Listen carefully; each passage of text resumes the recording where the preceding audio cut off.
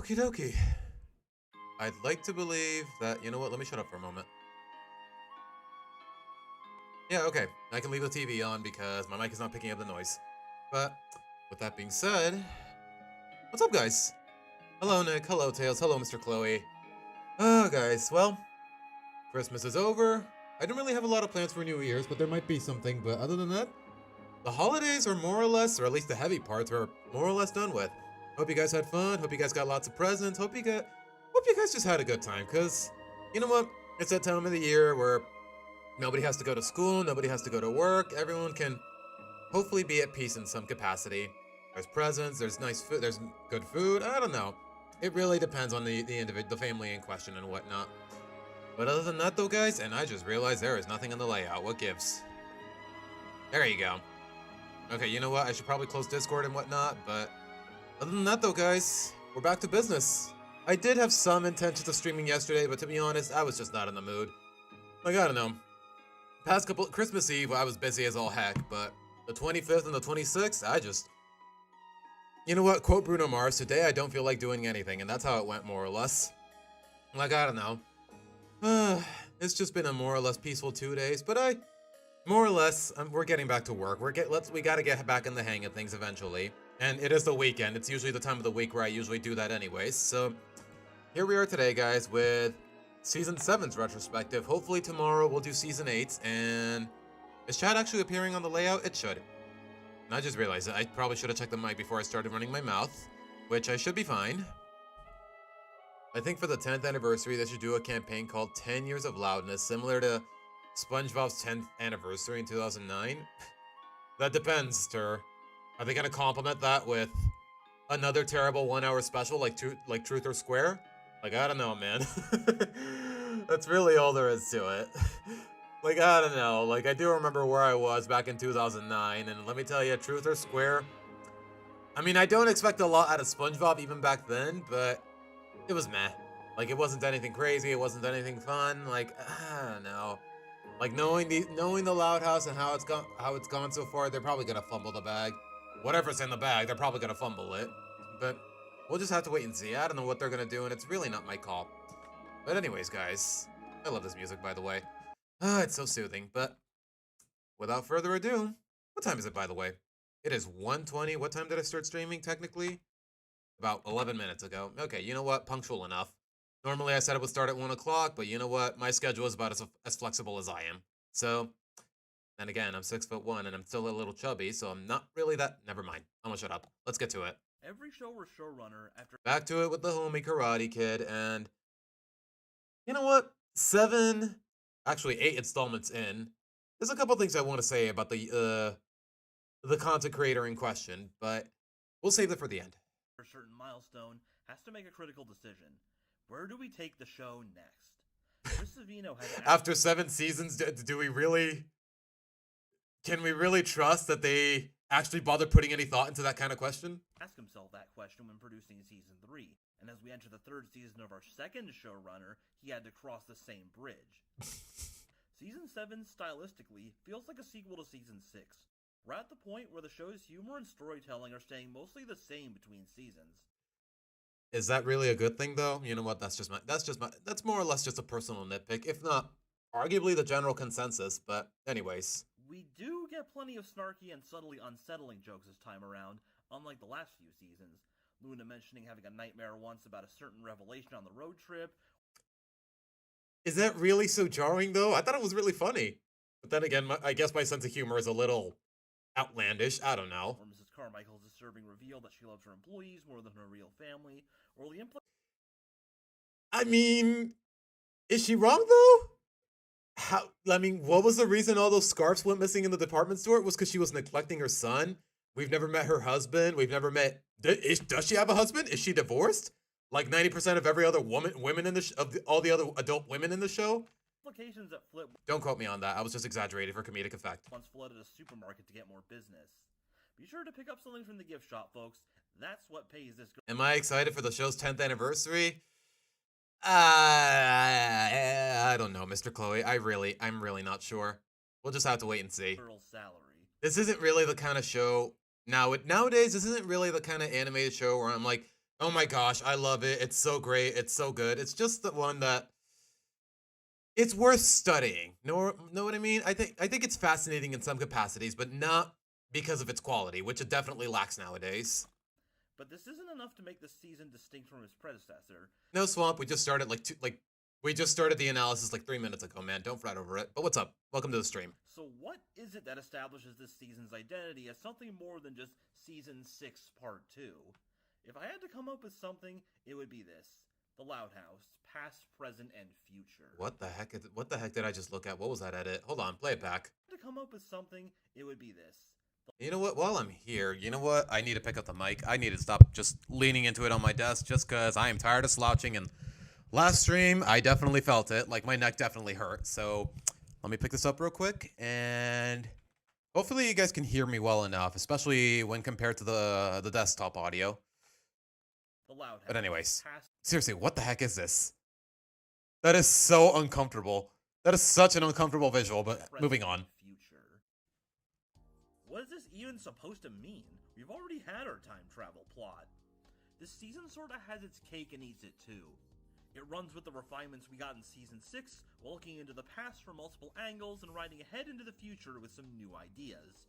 Big aspirations lead to stories about making it big. Okay, to be fair though, the one in the top right, it definitely felt like, for lack of a better term, a filler episode because, let's be honest guys, who was genuinely craving an episode about Liam and his Mima and whatnot, of all characters? But it's the past in particular that gets the lion's share of the focus. We got some origin stories for our series staples, and Oh, I forgot. Uncle Lance and the cousins were introduced in Season 7, technically. Like, I don't know. Like, keep in mind, guys, here in Mexico, 'Twas the Fight Before Christmas, it did not air until last year, well into Season 8. So just because I guess they didn't want to release it, by the time they could localize it, the holiday season was already over, so they just postponed it for the next year. So, I can see why that went over my head the more I think about it. multiple episodes centered around relics of the past, and even a Both really terrible episodes, but moving on. little gift from the distant past. It made good use of flashbacks and backstory to teach us new things about these characters' lives. And if you're still craving more history, we can go see a play that anachronizes it. Did this really? I don't know. His history is not how I would describe this play in the slightest. I'm just saying. The parallels to the Savino tenure make this all the more interesting. We see the opposite in his third season, which gave us a lot of stories about the cast looking into or worrying about the future. Or looking back at the past in the case of Lynn, I would say. For those into Pokemon, this season is very much like... Aw, wait. Okay. Outside of the glaring misbranding and Lily's t-shirt, this is really cute fan art. Who drew this? This is really cute. the Scarlet to his... Lily riding a Koraidon was not on my 2025 bingo card, but here we are, guys. Look at this. That's adorable. Violets. This season doesn't just explore the past in a lore sense, but in a meta sense as well. This is when nostalgia became more commonplace. Hello, Jay. There My are a Christmas lot of was... him talking- My Christmas was... It was soothing. Let me put it that way. It was soothing. I got a handful of presents. Like, I don't know. I was definitely a lot more peaceful than what I'm used to. And you know what? I'm grateful for that. to the viewer moments this time around, even in episodes that are otherwise very modern. But this would unfortunately result in some very hit or miss throwback episodes. Okay, to be fair. Okay, you know what? I don't have a lot of problems with the one on the bottom, but the top two, they were definitely either character derailment or just really boring overall. Like, okay, so the premise of this one is, oh, Lincoln wants all this Dairyland merch, but he's in charge of doing all the laundry in the house today. Like, one, since when does Lincoln care about Dairyland merch? Secondly, where did this premise even come from? I thought it was Lori's job in the house. Like, it's been established in season 1 that Lori is in charge of laundry in the house, but since Lori doesn't live there anymore, I guess they divide it, they take shifts. Like, it's never really made clear. And even then, why does it all fall to Lincoln, considering the quantities and whatnot? Like, there's just too much ambiguity for this episode to be engaging in most capacities. And even then, it's really not a fun episode. I thought it was really boring. As for this one, well, y'all already know how I feel about David Steele, and the fact that they turned him into like a Kinder Surprise gotcha, whatever, mystery box, whatever you want to call it, I thought it was really dumb.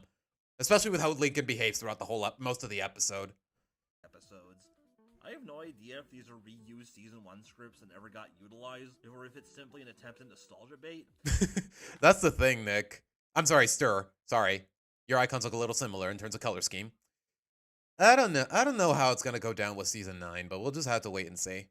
But it didn't Most of it is already aired by the looks of it, but I really can't. I gotta look into it. do our characters any favors whatsoever. And it's all the more obvious when you see how these characters behave in these episodes. Yeah. Okay. No. Okay. The sisters demanding their money in that episode is one thing, but Lincoln's oblivious behavior was just too much, man, and not in a good way. Like, okay, he borrowed money from all his sisters to be able to buy more toys. He finally got the David Steele figurine, but then throughout the latter half of the episode, he's just completely oblivious to the fact that he owes money, and then they start dragging him around with their hobbies to pay off his debts. Like, yeah, this episode is just 90% very dislikable. You know what? Maybe 100%. That's at maybe on Lily's end, but she's just a baby. Lincoln is way more selfish, reckless, and stupid, and the sisters are much colder and lack their sympathetic qualities, behaving as a hive mind antagonistic force yet again. Okay, to be fair, though, they did turn on each other more or less in that episode, so hive-minded might be putting it a little too loosely in this particular context. Like, okay, sure, I definitely believe that some of them would want to be Employee of the Month at their dad's restaurant for their own reasons, whatever it might be. Lisa even lampshades this when she refers to them as a collective. In fact, we can chalk up another to her body count. Textbook character regression. But how egregious these stories can get varies from episode to episode. Fluffed and Foiled was definitely on the better end of it. Doesn't make the episode any less boring, but let's hear him out. As Clink and McCloud felt in character, and it gives Lincoln a good reason for making the mistake he made. What? Dairyland merch? You know what? Let me read what he says here. This was a one-day only event in a streak that Lincoln and Clyde were trying to keep alive. That's the thing. Where did the streak come from? When did he get invested into the streak? Like, what? When? Okay, not to reiterate too much, but when has Lincoln ever concerned himself with Dairyland merchandise? Merchandise. Not the rides, not the park itself, the freaking merchandise. Since when? And you can tell that the writers at least modified some of the endings, as they snapped back to Season 1 values to wrap things up. But then you have Beg, Borrow, and Steal. Ugh. Another classic case of abysmal David Steele episode. Which depicts Lincoln as lazy and pathetic and what eerily resembles a gambling addict. While caring Lola was more than willing to put her brother, who helped her through thick and thin, into what is basically debt bonding. Come to think of it, yeah, it is a bit of character derailment for Lola. And also, the episode ends without him getting punished in any capacity. Now that I think about it, which makes it even worse. It's difficult to watch these episodes after seeing how much everyone has grown and improved over the course of the show. Not necessarily everybody, but I see what he means. And even in Season 1, an episode like this would have still been hated. These kinds of plots just do not work anymore and feel jarring when compared to their contemporaries. I guess the premise is a little repetitive when it comes to a dish come true.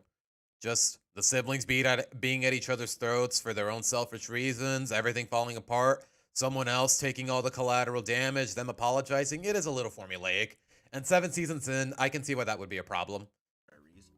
What is their goal here?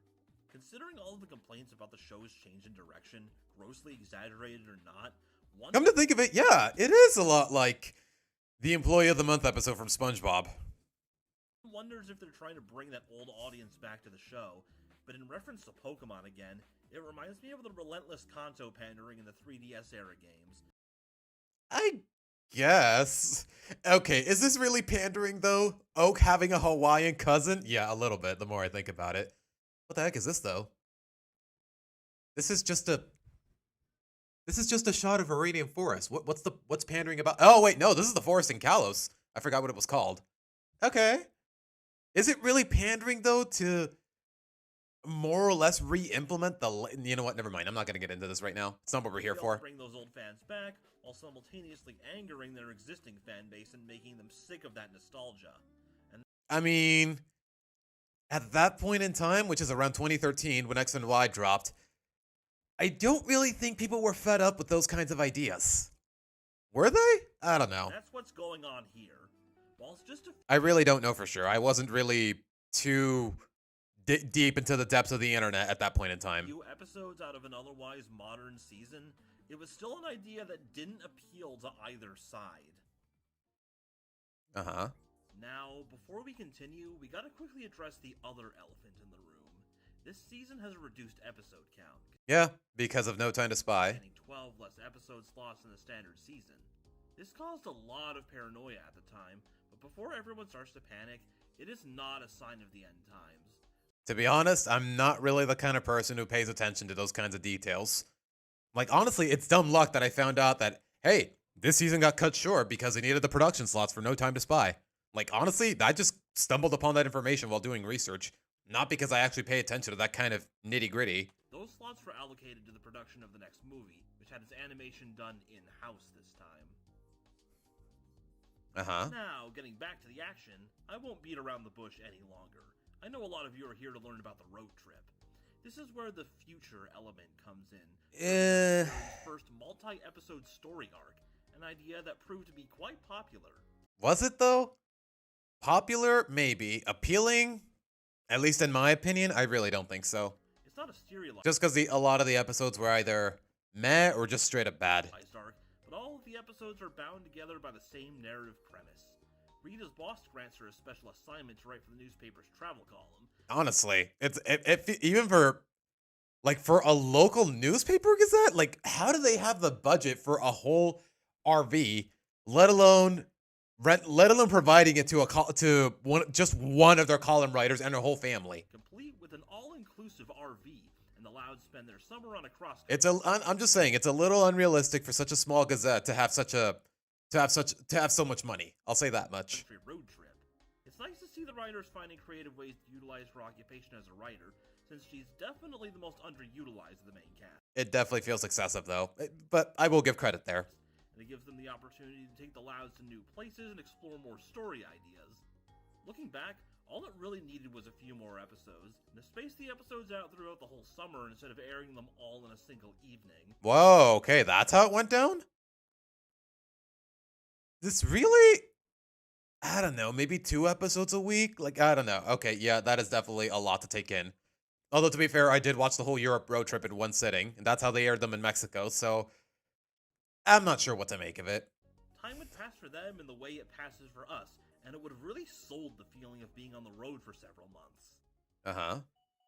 The front half of the trip is more focused on group-centric plots involving the whole family equally. Lincoln changes all the clocks the night before leaving, Mordecai and Rigby style, to leave time to stop at the bizarre tour I love the fact that he said Mordecai and Rigby style. day, and ends up taking the mysterious mummy's ring off the floor. The family ends up being cursed by the ring and have to go to great lengths to lift the curse. Great. More fantasy gimmicks. I'm sure nobody's fed up with it at this point. 2 seasons later, nobody's thinking, why are they still doing this? Now, if this thing was so omnipresent, I don't get why it couldn't have just taken its own ring back, but it was a rough start both in and out of You know how superstitious stuff works. You can't exactly just hand over the ring back. Like, I don't know. I can see what they were going for, but it doesn't make it any less dumb. universe. The other two in our first half take us on a hike in the Rockies. Okay, I will say this. So, the one where they went hiking in the Rockies, that wasn't so bad. Just Rita and Lynn Sr. Like, if y'all remember from the montage in the movie at the beginning, Lynn Sr. did propose to Rita while on a hiking trip on a cliffside. So, I don't know. It makes it in some capacities, you can more or less make out the idea that they really enjoy hiking trips in general, to say the least, let alone in the Rockies, and why they want to get their kids involved, let alone teach them to appreciate the idea more or less. The one in the White House, though, that was really stupid. And a trip to the White House, where the kids explore the amenities like the presidential bowling alley. While the former was a little more forgettable, Okay, don't quote me on this, but does the White House have a bowling alley? You know, I could probably just look it up, but I don't care that much. they could have saved a plot like that for Camp Mastodon. The latter gives us some very fun set pieces for the characters to explore. It doesn't make it a good episode, though, I'll tell you that much. They screw around.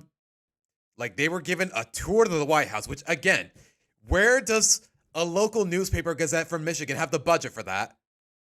The tour is so boring that the Louds sneak off one by one to screw around with all the attractions at the White House. Turns out, They get caught. They're going to get locked in jail. But then conveniently, the president, who at the time was presumed to be either Donald Trump or Joe Biden, says on the phone, oh, hey, these guys made a lot of improvements. I want to invite them to my royal gala or whatever. Like, I don't know. It's just way too convenient that they got left unpunished for everything they did. Never mind the fact that a lot of it feels out of character. Lincoln made it all the way to the Oval Office. And if this doesn't make sense to you, remember that the Louds have Christmas was great, Tails. It was very relaxing for me. connections to the presidency. No wonder they got invited to his birthday party. Nah. Oh, okay. It was his birthday party, not some gala. It's still dumb, though. Seriously, though, when was this episode published? Out of genuine curiosity. I'm genuinely curious because... Okay, let me lower the volume. Holy crap, it's very loud. Might be just me, though. The Loud House... Bringing down the house. When did this air? Because I don't know. July 14, 2023. Okay, it was during Biden's presidency. Okay, even then, it doesn't make it any less awkward. Especially knowing how incompetent Biden is. And by incompetent, I mean too senile for his own good. But we're not here for politics right now. First of which would see the Louds run into one of Rita's old friends and childhood crushes at a county fair. And Lynn's own insecurities lead him to believe that he's trying to win her back. After some bizarre misunderstandings, he and Lincoln attempt to sabotage his show and they ultimately reconcile. I will say, though, on one hand, I want to laugh at the fact that it turns out when he's referring to Rita in his love songs, he's talking about his horse, which is in itself a whole different issue, but I don't know. It's the kind of coincidence where I want to laugh, but it's so dumb to where I almost don't want to. Know what I mean? I kind of like the whole season 10 Homer and Bart energy. And honestly, the whole I feel the whole trope of the dad getting jealous of a mom's old flame, I feel like it's been done to death. Happened in Family Guy, it happened here, it happened... I'd like to believe there's more than those examples, but I don't know. I wasn't too crazy about it at any point. This episode had. It's a fun dynamic that rarely gets explored. Following that, we get a tour of Route 66 when Mr. Coconuts is stolen. Yeah, probably the best episode of the road trip. I would say by default, but this is actually a decent episode nonetheless. And a wild chase through the desert leads to the revelation that the thief was Mr. Coconut's original owner who lost him in an incident during a performance. Like, honestly, the fact that 7 seasons in, it's a little overdue, but we finally know why Luann is so attached to Mr. Coconuts, why it means so much to her, and we get a bit of a story arc out of it. Which in turn... at least a story arc that isn't just, oh, Mr. Coconuts is her own persona. Mr. Coconuts is secretly alive or whatever. Like, it's actually simplistic in all the right ways. Saw him end up in the lounge front yard. This leads to Luann deciding to give up Mr. Coconut. No, Swamp. I mentioned one president and people say, oh, you're getting political. Like, bro, okay, technically 2 presidents, but you know what I mean. And let him return home. But said original owner, Calvin Coconuts... Do not test the fanfiction writers' tales. I would never. Of course not. Nah. Okay, I'll stop. Accepts that his performing days are done, and that Mr. C still has a bright future ahead of him with Luann. Though it does make you wonder, why did he kidnap him in the first place? You know what? I can understand his emotional turmoil.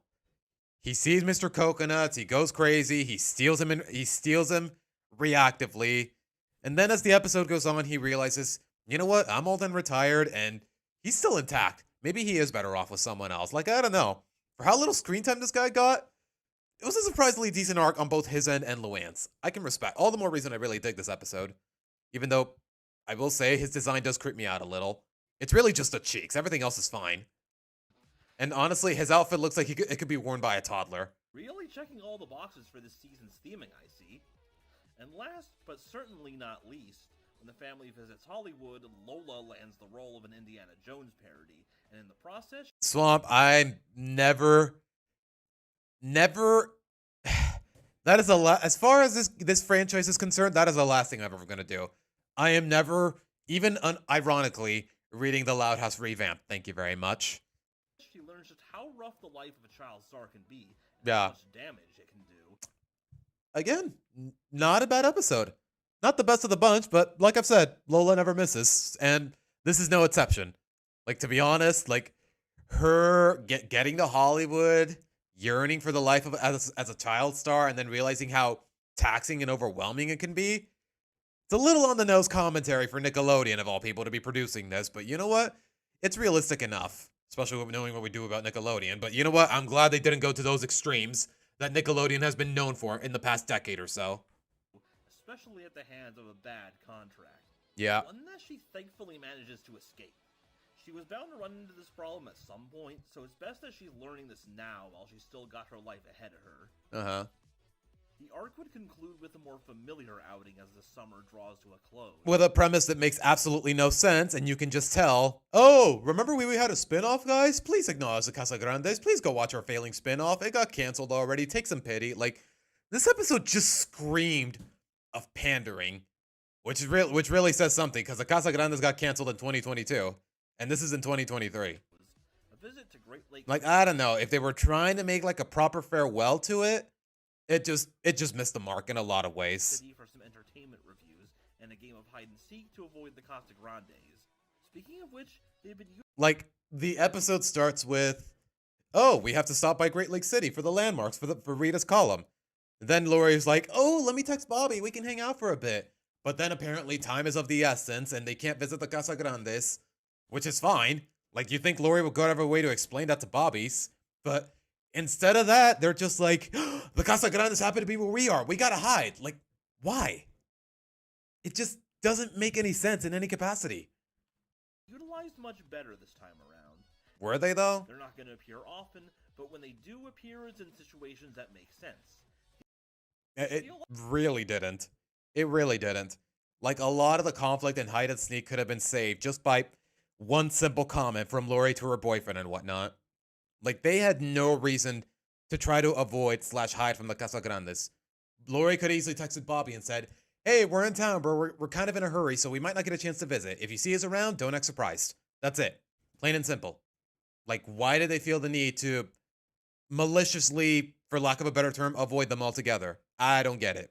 It's dumb. Like proper Loud House. It straight up would have dismantled the whole episode, but I guess we had a quota to fulfill. Episodes that happen to have Casa Grande's characters, instead of the repackaged Casa episodes from last season.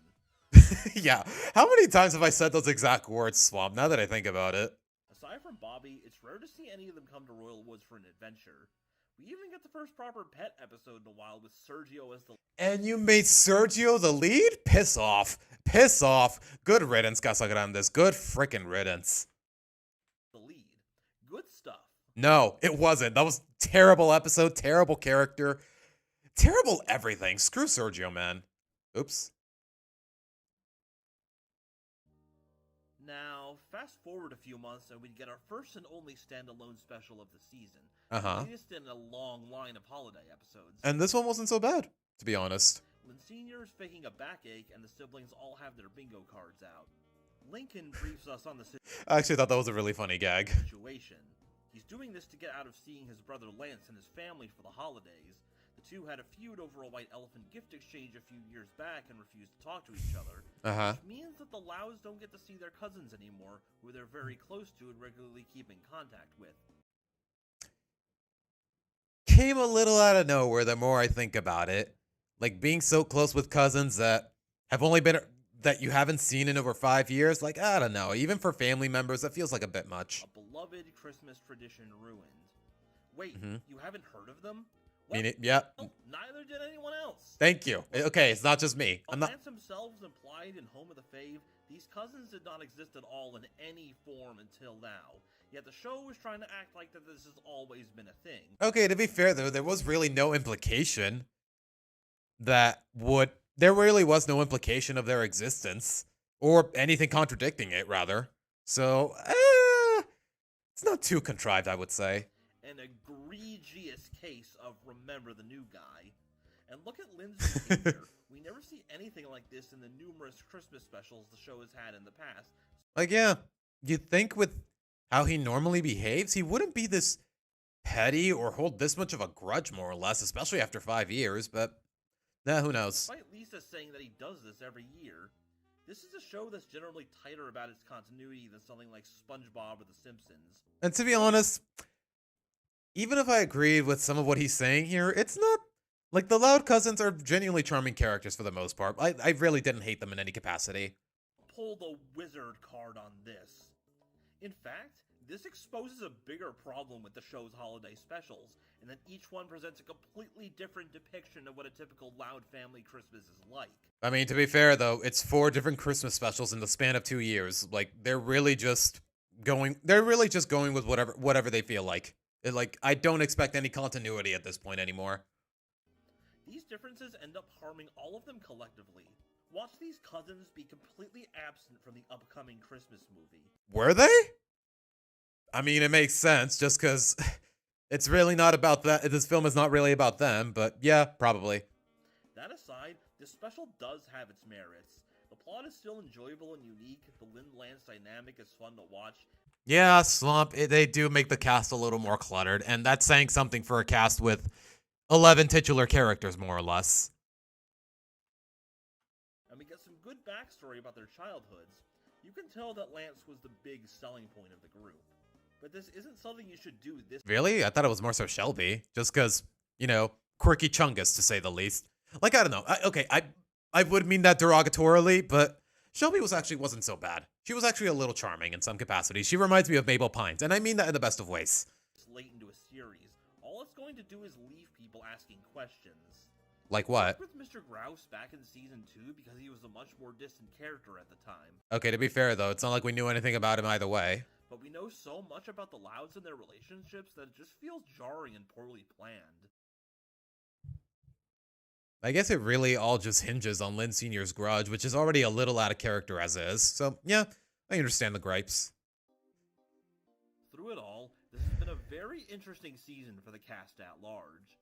Lincoln's season was both a continuation of his usual cleverness and a cause for concern for the future. Yep. We got a big David Steele outing coming up, so the writer— Which, honestly, it feels like it made up for a lot of the stupidity that has come with David Steele as of late. decided to take a little break from the spy antics. Would you really call it that, though? This time, the season would focus on his magical skills and love of arcane oddities. Uh-huh. Master of Delusion was the primary outing for this. Lincoln takes on an apprenticeship with the amazing Brailster, a renowned magician. Uh-huh. He's disappointed that he's stuck doing menial tasks instead of learning real magic. And it's not like he ever really earned the chance to do more than that, but the plot gives it to him anyways by the end. And is an example of how his skill level stopped being consistent. The Brailster sent a good message of mastering the fundamentals before moving on to the big dogs. Is it really a fundamental though? He's basically his maid, not his apprentice. Like, how would doing his laundry or cleaning the floors, how they really never really explained how that contributes to performing decent magic. They never really did. Especially after a botched jacket escape and the dog squad getting lost in the Illusion Chateau. Oh, we're still calling them the dog squad? All right, be my guest, man. But he had a lot of experience going in. Just look at the tricks he was able to perform in the talent show. Yeah, One I mean, which he specifically there's a reason he got recruited in the first place, so what are we doing here? asks the Brailster to teach him in this episode. Why didn't he just show him a recording of the show? Thank you. Seen some... Maybe he already did, and that's what got him recruited, but I don't know. There is just too much ambiguity for me to actually enjoy this episode. Say that this whole thing is pointless when they've also given Lucy real magic. Come to think of it, yeah. All the more reason I hate all the fantasy elements. Lincoln has pulled off what seems most of them to be legitimate magic himself as far back as the movie. Uh-huh. His ability to teleport or instantly clean furniture by just throwing a towel on. Honestly, for such a energetic cartoon, that kind of idea doesn't bother me. Him putting a cloak under himself, disappearing, and teleporting to basically a completely different location. I don't hate that kind of idea. It also helps that the two specialize in different kinds of magic, which is more than enough to set them apart. Yeah, and not necessarily in a good way. Honestly, it creates a lot of problems. This ultimately plays into a larger concern for him going forward, which would be the start of his character regression. Uh-huh. Of course, the throwback episodes are partially to blame, and like I said earlier, most of the characters were affected during these, but his tendency to make stupid and short-sighted mistakes like the early days seems to be slowly relapsing. Yeah, so much for man with the plan, to be honest. You'd think his critical thinking would be a little more nuanced in how it's presented throughout most of the season. Ironically, the big movie is where we more or less went in a better direction, but the fact that it took this long, it's really concerning. Hell, not once, but twice he had to be bailed out of a bad situation by another character. You can't have your protagonist be flawless, but the solution isn't to push the character. Okay, hold on, run that back. You can't have your protagonist. Who the heck drew this and why? Is this... Please tell me, you know what, chat, do not answer this. I'm being rhetorical. Please tell me this isn't more fan art of Requiem for a Loud or whatever. Protagonist be flawless, but the solution isn't to push the character back into old tendencies he's already grown out of. It's what you get when you have a show run on for so long with little to no purpose. Never mind the fact that your original creator was terminated, but that's a completely different issue. Thankfully, though, he does at least make up. I really am of the opinion that this show should not have gone on for as long as it has, and it's still going, by the way, guys. Season 11 just got greenlit. For a couple of these mistakes. It was not the biggest year for Clyde. He still got his usual Clinking McCloud and Dog Squad adventures, but he missed out on the road trip and got just one focused episode of his own about entering a dance competition with Nana Gale. While it wasn't the most memorable episode, it really wasn't. If he hadn't brought it up right now, I would have forgotten it existed. I'm agree with you guys. I will say that he's become much bolder, taking charge of the situation Chandler put them in, and ultimately figuring out. Okay, to be fair though, it feels like almost any character in the show would catch on to Chandler's bullcrap. How to take advantage of it. And we see this confidence in a few other instances as well. Though I did find it interesting that he wanted to fight fire with fire and cheat back at Chandler, even if he didn't end up going through with it. It's not really in his character.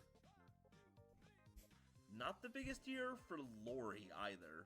She only got one focus episode herself, centered around her misadventures with her friends at Fairway and who I cannot name with a gun to my head. What does that tell you about how memorable they are? Taking on a prank war with a rival college. Seriously, with their friends at Fairway and hold on. Taking on a the most I remember out of any of these characters is that this guy made Bobby jealous, and that wasn't even in this show. So prank war with a rival college. It was nice to have an episode involving Luann and pranks that retains her normal personality, and they settled on a group. Look at that. Luann's pranking tendencies being used for something that isn't just sadistic cruelty. Seriously, screw those April Fool's episodes. Group of college friends for Lori, which is a positive. Her location flexibility is also retained, and she did get to oh gosh, don't remind me. Force of Habits is, dare I say, okay, no, not dare I say, I firmly stand by this. It's the worst episode of season 7. to join in on both the road trip and the Christmas special. So, a more laid-back season this time around, but still a good one. Following the pattern, Lenny got a single focus episode as well. A really dumb one, mind you. In fact, it's the first time in a while we've gotten a proper Reiningers plot. Last season we'd see our characters. Wow, they're getting rid of Lenny's beloved mannequin, and she has to rescue her. She's risking losing her job. Her coworkers are risking losing their job just because this mannequin, for whatever reason, means a lot to her. Like, even for an airhead like her, it felt like it was taking it in a really stupid direction and not in a fun one. Like, seriously, what was stopping her boss from just letting Lenny keep the mannequin? Why can't she pay for it? Why can't she buy it off the factory it came from? Like, I don't know. The premise just felt way too contrived. And a lot of the elements really are not engaging. Frequently, but merely for quick stops and otherwise unrelated stories. Anyway, Mrs. Carmichael decides to update the store by scrapping all of the old mannequins, which includes Tanya, the one that Lenny is very attached to. Unusual for a focus episode, her ditziness ends up escalating. Okay, again, also, why the heck did they feel the need to dress the delivery guys to make the delivery guys resemble Mario and Luigi? Like, what was the point of that? Was it supposed to be some charming little Easter egg? Like, who cares? The plot, and the trio has to go on a rescue mission to get Tanya back. It acts as a... They risk getting fired. For some reason, their boss is in on it by the end of the episode. And if there is a moral, it's really dumb. Like, property is family? Like, mannequins are family too? Like, where is this episode going? What's the point of all this? Microcosm of Lenny as a whole. How her ditziness and literal-mindedness often get her into trouble, but she's still mature and resourceful. Oh my gosh, Nick. You know what? That's probably for the best. Thank God. Yeah. Especially when maybe it wasn't his intention, but maybe secretly he also hates it as much as I do. I don't know. That's my best. That's my headcanon. Luna, on the other hand, actually did very well for herself despite the reduction in episode count. In some capacities, yeah. She scored 2 solid Okay, the latter one's kind of but the former one, it's actually not bad. episodes, which is big for this season. Although to be fair though, half of the appeal of the former one is kind of owed to Lily. One where the Moon Goats become a kiddie band to raise money for a new speaker system, and another where the Come to think of it though, it is a little contradictory how Luna was so reluctant about performing with her dad's band because it might screw with her reputation as a performer. And yet, here she is performing music, writing and performing music for toddlers for money. Like, come to think of it, it is a little contradictory in character, and I really got no defense in that regard. band looks for a temp replacement. Still a very charming episode, but it's a glaring contradiction. For Luna after she hurts her hands. In the latter, after finding the perfect one, Luann instills paranoia in her, and they both go to great lengths to try and keep her from auditioning. In fact, Luann influenced. Honestly, as ironic as it might sound, the main plot of this episode was the least of my concerns. Like, okay, Luna's worried that this understudy is gonna pop off so hard that they might just want her to replace her, and as in the Moon Goats and whatnot. But the actual presentation of the episode doesn't really reflect that. Like most of the auditions, they didn't involve performing Luna's songs. Almost like all of the auditioners, other than this girl named Nina, were all kind of flopping on purpose. And then by the time comes that Nina performs, she doesn't even sing her songs. So what, like, I don't know, a lot of the elements in it just felt too half-assed for it to feel compelling for me to completely understand Luna's emotional process. Know what I mean? Influences the direction of both of these episodes. How about that? Anyway. Although I will say, though, the tuba guy was kind of funny. A little stupid, but it did make me chuckle a little. Even if Nina ended up only being a one-off for now, it's not the smartest idea to prioritize adding new band. And to be honest, I feel like the only reason the narrative was glazing this character so much is because she's voiced by Christina V. Like, I'm gonna be real, guys, this woman is everywhere. That woman is everywhere in the animation industry, at least when it comes to voice acting. Members over developing the existing ones, especially in a group kind of overrated if you ask me, but we're not here for that right now. as underdeveloped as the Moon Goats. But they did at least try with Sully and Child's Play. Yeah. Crazy how in 11 minutes, Sully got has shown more character than Sam has in like 6 seasons. Okay, 5 seasons at this point, but still. Even if a lot of it feels like the typical Bobby-esque man-childish mold. To be fair, they do make him stand out a little better than that. Kind of hate the fact that they gave him such a imposing design only to make him a charming goofball, but he stands out in some capacity, so I think it's just owed to the kazoo. So credit where credit is due. I don't know if he did Swamp, and do I really want to look back and find out? That's a terrible episode. This was a proper bounce-back season for Luann, and she gets quite a lot to do. Yeah. Alongside her personal journey on Route 66, it's 2 outings as a pranking mentor, and the chance... Okay, the latter one was really boring. I'm sorry, the former one was really boring. The latter one wasn't so bad, even if it seemed a little contrived. Like, on top of Luann owning a party business, working at her dad's restaurant, working at the Bourbon Burger with her boyfriend, being a performer at Dairyland, you mean to tell me she also conducts an online pranking school, and Ronnie Ann just happened to be her top student? Also, she already graduated at this point? Like, I don't know. It's just another slap in the face to the show's timeline for whatever it might be worth at this point, which isn't much, but still. to solve a mystery of her own when someone attempts to sabotage her part. Virtually nothing, Swamp. Mazzy. To Sam's very little credit, she is actually fleshed out better than Mazzy. Barely, hardly. To play. I love her Ace Attorney style confrontation here. It was so funny in a context like this. I guess. I just don't care about most of the characters in this episode. I can't even remember their names for the life of me. She did have her fair share of dips, though. Her pun game has been particularly bad this season, and I can't say I'm a fan of her April Fool's Day personality leaking into regular episodes. Okay, to be fair, though, this one wasn't so bad. It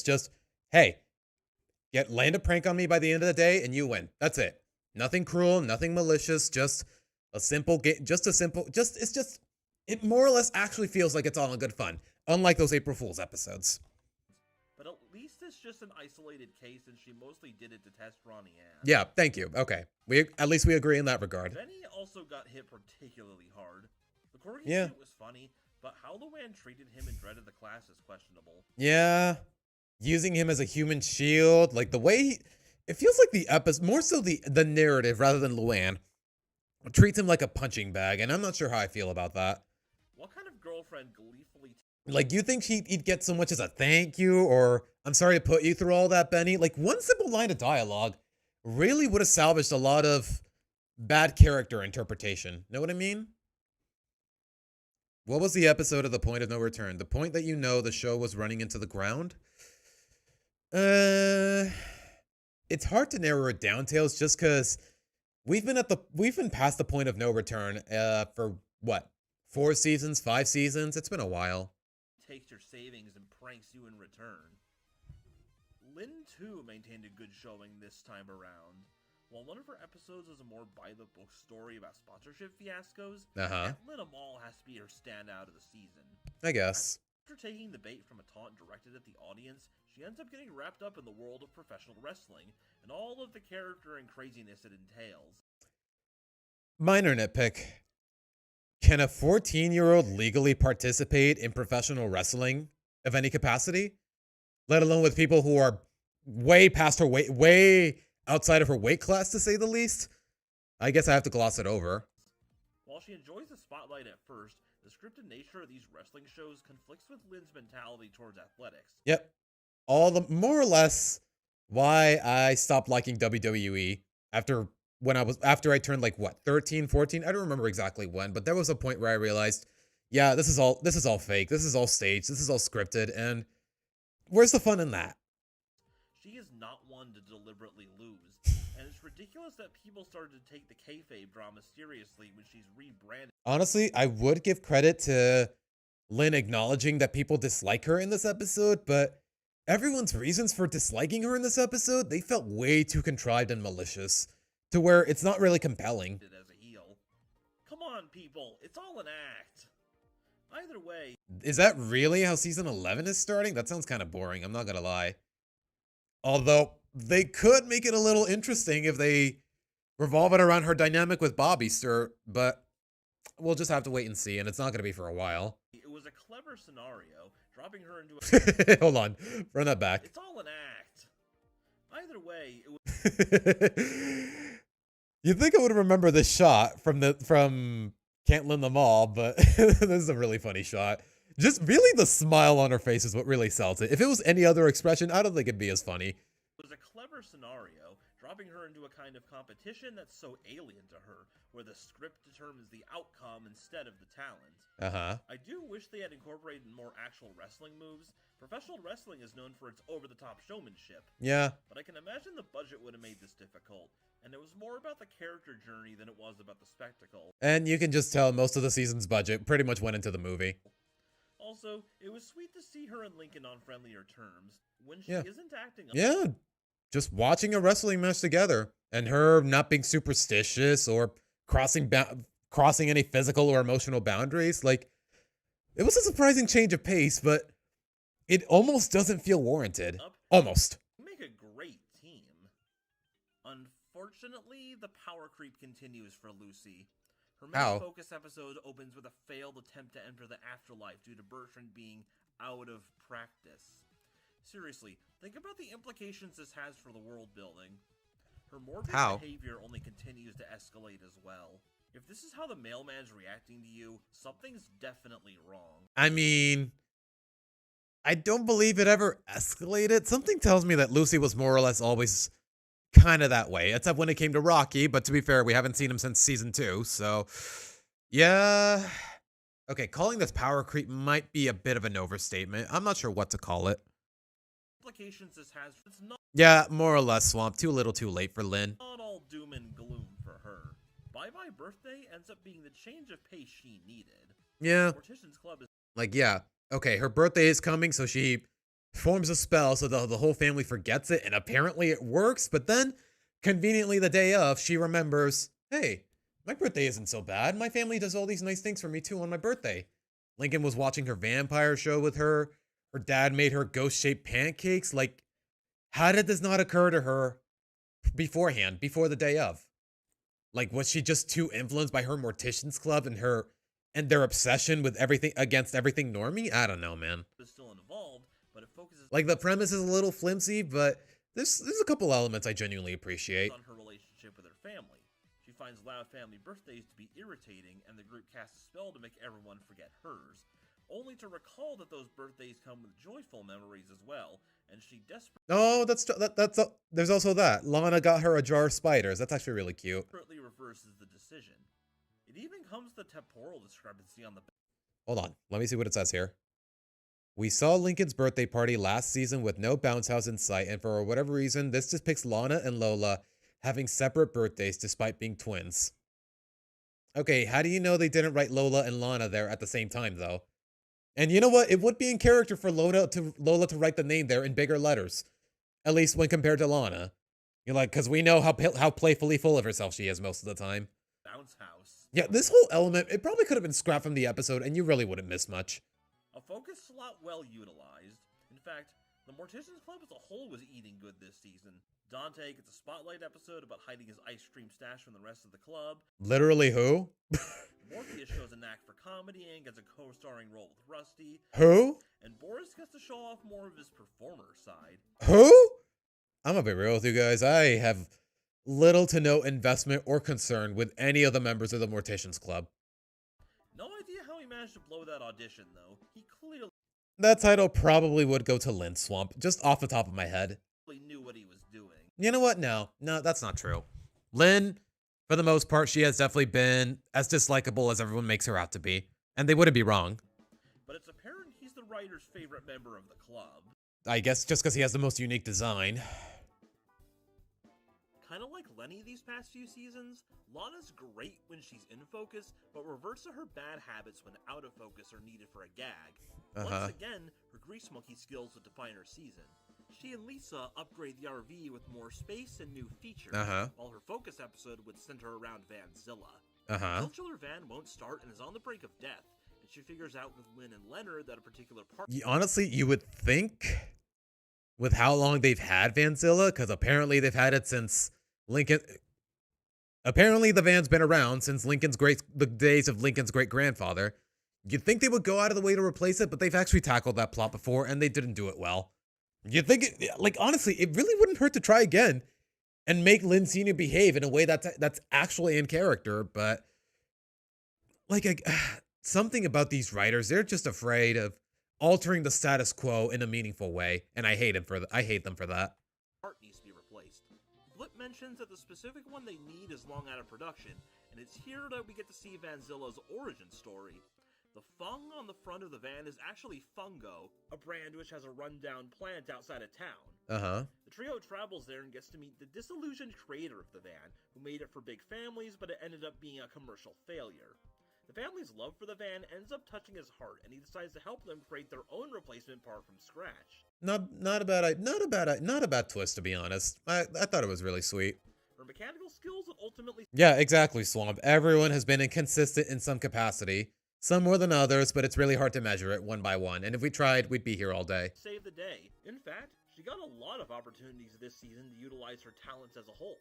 Okay, to be fair, man, it's just a couple of one-off instances. It's not really a consistent pattern. Meanwhile, her twin storylines really got the shot in the arm that they needed. Alongside her misadventures in the entertainment industry, we get... Wait, is shot in the arm a good thing? I've never heard that saying before. An episode focused on her sweet tooth and resulting sugar addiction. Yeah, a really fun episode, if I'm being honest. Something that's never really been touched upon before. And one of the very few times where an original song in an episode was actually surprisingly memorable, even though it's clearly a ripoff of whatever Willy Wonka was doing. It ends up becoming a nice little story about learning moderation, with Rita playing the supporting role. Yeah. In fact, there's a lot that makes this episode stand out. It's honestly, a lot of the lines were really funny, where Lola is like, I'll have French toast. I'll have French toast with syrup. Sweetie, that's a lot of sugar. Okay, I'll have French toast à la mode. That's ice cream. That means ice cream. Well, okay, I'll have cereal then. That's candy in a bowl. What am I supposed to eat? Air? I don't know. It was a really funny episode to me. We're treated to some excellent jokes, with the universe basically conspiring to tempt Lola into falling off the wagon. Honestly, when you're trying to break an addiction, or no matter how serious or non-serious in this case it is, more or less. Like, it really does feel like the whole world is out to get you with temptation. Culminating in a class trip to Like, call it paranoia, but that's usually how it feels. a candy factory. We even get our own Also, it's really nice that we got to see Melly again. falling off the wagon. Culminating in a Would have been nice to give her some lines in this context, though. class trip to a Like, considering the fact that Lola has helped her so much in the past, you'd think it'd be time for her to give back at least in a minor capacity. So it is bothersome that they didn't. candy factory. We even get our own equivalent of that rich, creamery butter. What also makes us I will say, though, the shot... Okay, he didn't show the shot, but the shot of Lola drooling at the caramel, like, I don't know. I thought it was really fun. episode special is that our hybrid Like, just the way the expressions are drawn, I thought they were really charming. between Willy Wonka and Spamton gives us a fun musical number about his factory and Yeah. Lola's desperate attempts to get away. It was the cherry on top of that perfect blend of heart and comedy. Yeah. Given that these are typically saved for movies or specials, it was an unexpected treat. Like, it's honestly... It feels like lightning caught in a jar. One of those episodes in the modern seasons where not a lot went wrong. Though I guess the bar is just really that low. This would be the end of the line for the Lisa Loud Jamboree. The staff has figured out that they don't need to lean on her so much to get things going. Yeah, She thank gets you. through this a few times, but she's no longer an omnipresent force. Though we do get a very Season 6-esque Lisa and Todd adventure in Waking History, A really stupid one, but go on. where a frozen Neanderthal woman is excavated from underneath a local Come to think of it, Swamp, yeah, maybe Clyde is the most consistent. But to be fair, compared to the actual Loud family, like his screen time is a lot more minimal compared to them. construction Not too much compared to other side characters, but it's minimal. site. Lisa is intrigued by the find and ends up reviving her behind the museum curator's back, and she goes on an anxious rampage in an unfamiliar setting. Like, even for someone overwhelmed by scientific curiosity, you would think Lisa at this point, considering the lessons she's learned throughout her story arcs, you think she would know better by now than to thaw out a Neanderthal without a proper authorization, but here we are. And honestly, it's not a really funny character anyways, so what was the point of all that? But yeah, moderation aside, Lisa stayed herself. On a side note, this episode gives us our first new fusion restaurant since the early days, the under construction Really? Morgan, Vietnam. Apparently, it's a movie reference. I straight up do not... Okay, that is a very clever reference. Rest in peace, Robin Williams, but I straight up don't remember anything about it. And it's not the only R-rated movie reference of the season either. Like, that's the one thing I do appreciate, even though it's a little shameless. The fact that some episodes are straight up a play on words of the title of a classic movie. Like, I don't know. Part of me is just a bit of a sucker for it. Lily's intelligence Hello, Hilda. Welcome to the stream. would only continue to grow. She once again gets a sole focus episode, this being an incident where she accidentally trades Eunice away, Yeah, not a bad episode. Lola's plush unicorn. She teams up with Lincoln and Lisa to plan a heist to recover her, getting some of the other siblings to join in, and she very nearly succeeds. Ultimately, Lily got lucky that the experience Okay, to be fair, though, my only gripe with this episode is... Hold on. She teams up with Lincoln and Lisa to plan a heist to recover her, getting some of the other My only gripe with this episode is that everything would have played out well enough if Lana, of all people, wasn't being an idiot. Okay, her job is to keep the other girl's dog distracted with dog treats, and then she's like, ooh, these look delicious. I want to try them too. Never mind the fact that Lana is being genuinely disgusting, because who knows what's in those things. But if it weren't for that, the whole episode wouldn't have reached its awkward climax for the most part. other siblings to join in, and she very nearly succeeds. Ultimately, Lily got lucky that the experience was enough to get her friend to trade Eunice back, but it shows that her bonding with Lincoln and exposure to Lisa have made her a very effective strategist. Yeah, she can be... I guess you could argue that Lincoln and Lisa are kind of a bad influence on her. Like, look at her face in this shot. Like, on one hand, it's adorable, but on the other hand, it feels a little out of character. Not Silence of the Luans out of character, but it's kind of leaning in that territory. We also get a neat little callback to her previous Focus episode. These little bits of continuity are underappreciated. Uh-huh. Both of our parents had their fair share of blunders, but overall, they really had their shit together this time around. Yeah. No, nothing too egregious. in terms of their character, to say the least. Their authority as parents stands much stronger. Yeah. No allegations for this season. Thank you. Linda had one of her strongest seasons yet, with the road trip and a fun midnight outing where she and a caffeine-buzzed Lily investigate a spree of burglaries. It was a very charming episode. I will give it that. Just because Lily in general is very adorable, and to be honest, I would be mad about how absurd the resolution was, but it's just funny it was funny enough to where I can let it slide. Only to find out that it was one of Mrs. Bernardo's over-the-top method acting stunts. Yeah, exactly. He summed it up better than I ever could. Had a productive season. She committed a bunch of burglaries just in hopes of preparing to audition for a commercial. A commercial where she doesn't really even make an appearance. It's just her hand. Of his own, with his focus episode during the road trip combined with multiple co-starring roles and an overall major presence. And of course, we get more fleshing out for his side of the family through his feud and reconciliation with Lance. Thankfully, his over-emotional side has been dialed back a bit, as it was starting Okay, to be fair though, Swamp, that's a little more subtle than There Will Be Mud. to get a little extreme. So the whole family got their dues despite the reduced length of the season. Our supporting cast, however, did not fare so well. Should we really concern ourselves with it? Especially these two characters who are genuinely dislikable in almost every capacity? To put things into perspective, we lost 12 episode slots thanks to No Time to Spy, but anyone outside no. Anyway. The immediate Loud family lost an additional 8 episodes thanks to the road trip arc. And when you combine the two, you're looking at nearly 40% of the season. To be honest, I don't see the problem. If anything, it makes the season and the story arcs and whatnot, it makes the season in general more concise. So honestly, I can't hate it. Especially because No Time to Spy actually did contribute well enough to certain to character development in some capacities. Strauss, despite grabbing a quick cameo in Bizarratorium, is one of the most notable examples. Like honestly, just because you're a supporting character, especially one that the writers clearly have a preference towards, it really doesn't mean they're entitled to screen time in any capacity. Plenty of cameos and good gags, but nothing noteworthy, even if we got to see him get into the Scottish spirits. Flip fared a little better. He got his episode count cut in half again, down to just 7. Can we cut it to 0, please? But his roles were more plot critical. 1 in a Million is centered around the food and fuel, and we get to see a little of his good side, giving the millionth customer prize to Lincoln and Clyde when they created an extremely successful day of business. He also gets his second sponsorship role tied to Lynn, where he completely goes back to being the greedy idiot we hate him for. And contributes to the critical lore reveal for Vanzilla. Oh, and apparently Nacho's a terrible musician, to nobody's surprise. Who? I'm gonna be real, guys.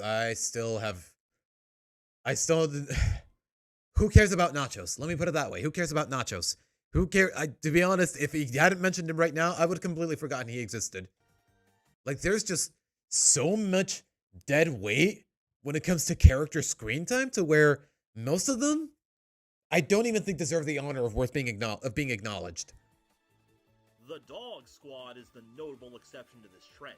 Yeah. Collectively, they only have 8 episodes, but they've all been major outings for one or all of the group members. Okay, to be fair though, I still don't care about Zach and Rusty, and I still stand by this. You could cut them out of the Dog Squad, and you really wouldn't miss much, other than their focused episodes. Like, if it was just Lincoln, Clyde, Liam, and Stella, I would feel so much more invested. Like, it would be a more realistic, tightly knit group. Know what I mean? They had a lot of strong Too little too late to make any changes right now. stories this season, from solving an over-the-top mystery from Mr. Ballhoffner's espionage. Honestly, a very engaging episode where pretty much everybody, except, like I said, Zach and Rusty, they really do get a chance to shine in terms of character. Like Liam recognizing the scent in the letters, Clyde solving Reese's puzzles, Stella recognizing the Dewey Decimal System. Like, I don't know. There's a couple of quirks that really help flesh out the characters in minor capacities, or at the very least, it helped them reflect their personalities. Traps course to a rare spotlight episode for Gus, where the gang helped. I mean, Swamp, I would advocate for it if it wasn't so jarring, realistically.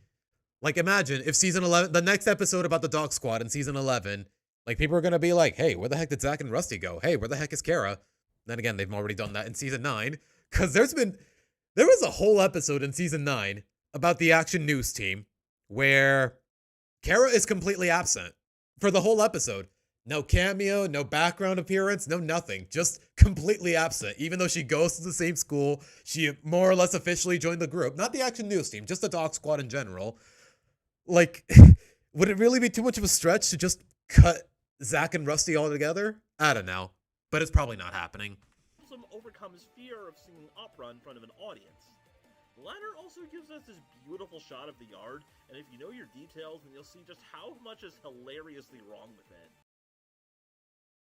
What? I don't get it.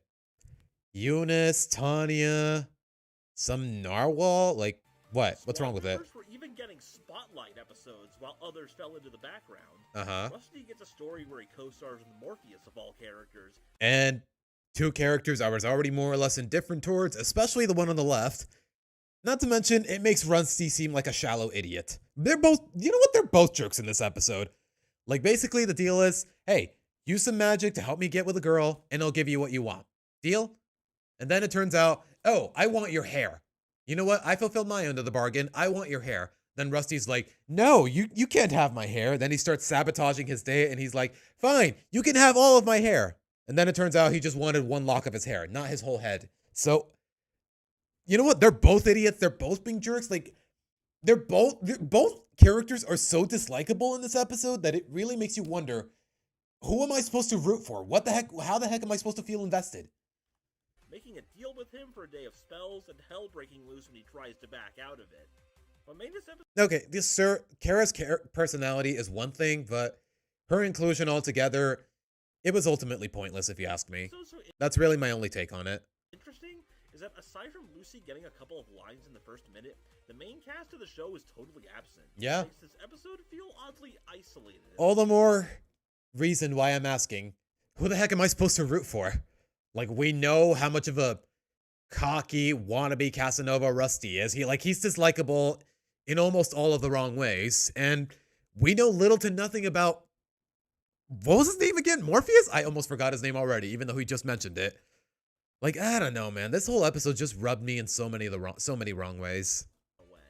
Alongside this, Zach gets his own outing where he gets detention for attacking Mr. Ballhoffner, thinking he's being possessed by an alien. Fearing for Zach. Great. More History Channel memes. Great. Thanks, Zach. Really contributing a lot to the characters and the charm of the show overall. Rusty gives him a ridiculous class on acting tough. It was a little funny, Nick, but at the same time, it just made both parties in question just come off as total jerks. Rusty, we already knew, but what reason did Morpheus have to dislike Rusty? You made a deal with him, you're helping him out, he's refusing to fulfill his end of the bargain, but the only reason he's refusing is because you're not being very clear about it. You said, I want your hair. He thinks you want every bit that's on his head when you just wanted a lock. Like, would it have killed you to just clarify it, even with your contempt for him as a person? Like, dude. Oh my gosh, man. Earning the respect of the 3 8th graders from No Bus, No Fuss. Name 11 characters who should be deleted from the show, I see. Okay. First and foremost, I'm not deleting any of the Loud Sisters, because, well, I mean, the show would feel incomplete without them. Flip, Zach, Rusty, Kara, pretty much the whole Morticians Club, except for maybe Haiku. And that would be, what, 8 characters? Who else? Scoots. Okay, I got 2 more slots. Maybe 10, maybe 1. Hold on. You know what? I'll have to think about it, Swamp. Who apparently forgot who he was. But you get the idea. But in the end, yeah, Stir, I didn't want to say it, but I didn't want to say it again just because people are probably fed up with my opinions about Sam. But yeah, Sam would be at the top of that list. actually manages to get them to turn a new leaf. Let's hope this development sticks, unlike with Chandler. We do not need an equivalent to these 3. Anyway, there's a clear... Did we really need a bully archetype in general?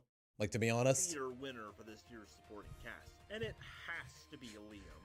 Still a writer's favorite, he scored 2... Okay, this is one of those very rare times where I don't hate the idea of the writers having a favorite, because Liam is not that bad of a character. Spotlight episodes. Not the best episodes, but still a very charming character when you take more than just this into account. One where he makes over-the-top segments about his life on the farm for the news show, and another where he and his Meemaw strike oil. And and spend some time among the wealthy community of Huntington Oaks.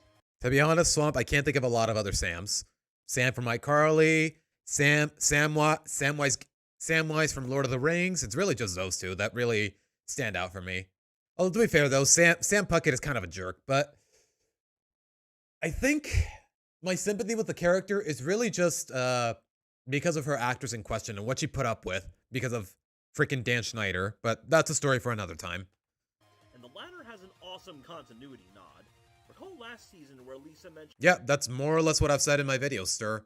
Like, I dislike Sam, but Flip definitely takes the cake. ...that Royalwood sits on top of a very large oil deposit. And the writers still love giving him his fair share of cameos and incidental roles. But what is he doing bringing a sheep to a Moon Goats audition?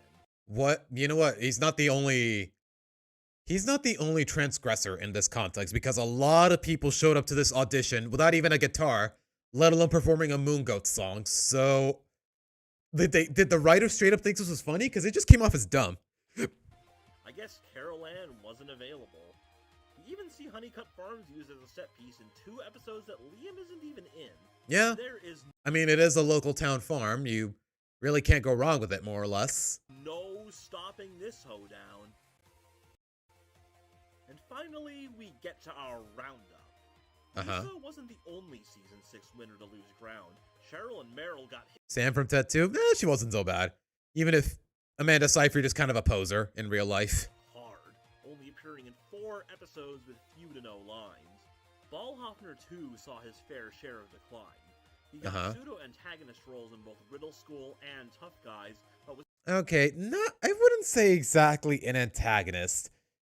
Like, more or less, his goal in the latter episode is educational, and it makes sense. He's a teacher, for goodness sake. Stuck in just those 2 episodes, which plays against his strength of usage flexibility.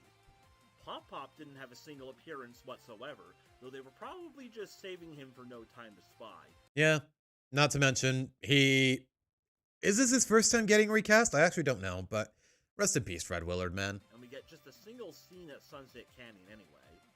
There's also been a notable downtick in Chandler's usage. Oh gosh, my keyboard's doing that thing again. And this time, he gets 2 proper antagonistic roles. Same goes for fellow dirtbag Scoots. Less lines and silent cameos for her. Please, give her more. That's all I can really say. Give her more. Just mute her altogether. Literally, put duct tape in her mouth. Because do these writers, again, another circumstance where, do these writers genuinely think she's funny? Because nobody's laughing. At least not me. The Rubner era took a bit of a liking to Gus, and now we get to spend some proper time with him. Not a problematic character in any means. So yeah, honestly, I welcome it. And also, it's thanks to him that we got probably the best episode of the Europe road trip, fundamentally. Because he's the one who tipped Lincoln off about the best pizza in Italy, in Naples and whatnot. And also, it was a very memorable episode, even if some of his behavior is outlandish, but in a cartoony way. Like him overhauling the whole arcade to turn it into an opera house the moment he gets enough fame as a performer. Like, that felt a little excessive, but not to an egregious degree. Know what I mean? Culture, who takes great pride in his Italian heritage, though his sponsorship rules were a little silly. I completely forgot he was one of the sponsors in Sponsor Trip, which definitely makes him lose a couple points, but I've seen worse. I'll say that much. Mrs. Bernardo has to be the most interesting case out of everyone. Treated to the more snobbish side of her character, being a spotlight hog in the dance competition, not allowing do-overs for what were apparent stage accidents, or more plausibly sabotages. You didn't have to be an audience member to be able to notice that. Like, really? Yanking her actors in and out of their roles on a complete whim. Yeah, she is a little. How do I describe Miss Bernardo without bringing up her method acting? But I feel like they're trying to work off of the idea that she's very radical as a method actor, and they want to implement that into other circumstances. But it does make her character a little inconsistent, if not just outright malicious. Know what I mean? Though karma would come back to get her. The roles she scores are deepest at best. Rita notes that actually getting a speaking role was a significant achievement for her. Uh-huh. She scores a role as a thief in a security commercial, being willing to commit multiple burglaries just to get in character. But that's honestly what makes it so funny. What character? She had only her hand had 2 seconds of screen time, like 3 seconds of screen time in that commercial. Quite fittingly, the extent of the role was just a single shot of her hand. It's so stupid, but that's what makes it so funny, if you ask me. Like, I don't know, man. And to be honest, for the most of the episode was about the dynamic between Rita and Lily, so I can't hate it too much, as stupid as it is. This woman is beyond desperate, and I love to see what's going on in her. She's a poser, but at the very least, she's a very entertaining poser. And here, our trip through season... Okay, I was about to say, it got really quiet all of a sudden, but that's just a video. Season 7 comes to a close. It's clear that they had a lot to prove, and despite being a sequel season, it had a lot on its plate. Uh-huh. To squeeze that into a smaller window, it's... Oh gosh, freaking Sergio, man. Strive to fix some of the problems that the audience had with seasons 5 and 6. Uh-huh. Wanted to stand out and not be seen as more of the same. A perception... It kind of did come off that way, for the most part. Like, if you're not counting No Time to Spy and the occasional 9 out of 10 episode, it's really just Candy Crush now that I think about it. But yeah, I think we're at that point where every episode, most if not every episode, just feels the same.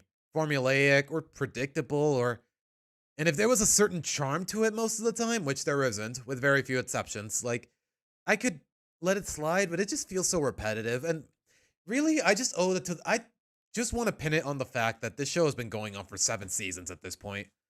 Like, this feels like the kind of slice of life show that could have ended after 4 or 5. Ideally 4, considering how we feel about 5, but let's see. You commonly hear from those who long since gave up on the show. It wanted to pay tribute to the past, as shaky as that execution was. How? How is Fluff and Foiled paying tribute to the past? While looking to the future and trying new ideas. To make a long story short, we're seeing how this ongoing era of the show is going to... Oh gosh, don't get me started on Lenny and Gavin. Don't get me started on Lenny and Gavin, and the fact that the writers had the balls to have them break up off screen. Bro didn't even get a chance. He didn't even get a chance to be developed in any meaningful capacity, and when they tried, the episode was awful. And it wasn't even his fault in its entirety. Like, Force of Habits, I would say Gavin is the only innocent one of the group for the most part. Like, his bad habit was just snorting when he laughs a little too hard. That's it.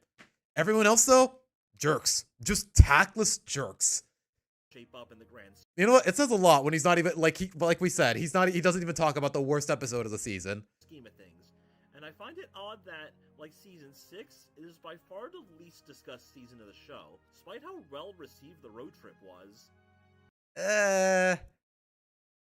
Well received, mediocre. I would say more so mediocre, but that's just a personal opinion, more or less. So now's the time to speak your mind. What did you think of season 7 and what it brought to the table? Has the Rubiner era come together well, or is this the end of the road? Let me know in the comments, and be sure to pack your bags. A wedding is about to go down, and you're all invited. Wait. Did he make a retrospective for No Time to Spy? Huh. Hold on. We're not going to look at it right now because it's only one per stream, but still. Let's see. No. Okay. No, this is his last retrospective. He hasn't even made one for season 8, so that was the last of it. Oh gosh. Yeah. So I guess I'm out of business? Nah, I'm kidding. Of course I'll think of something, but huh. Okay. I will say one thing that's definitely been bothering me more or less. Okay, what the heck is up with my keyboard?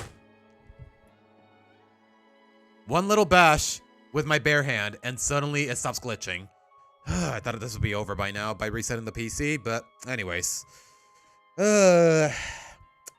I'm not sure what to make of it. Like, okay, season 7, it's trying new things, but did it really ever have to? Like, sometimes it feels like the show is trying a little too hard to distance itself from Savino's legacy, and for the most part, it feels like it's going about it all the wrong ways, and this episode is just another egregious example. Okay, what is with my keyboard? Hold on. You know, I'm just gonna leave it unplugged. You know what? We're gonna be switching to Legends ZA soon, so I don't need to fret over it. Did he give a date, Nick? You know, I could probably check his community posts and whatnot. You know, let's look into it. Does he have any social media that I can keep up with him? Okay, he doesn't have any here. I guess he just doesn't have enough subscribers for community posts.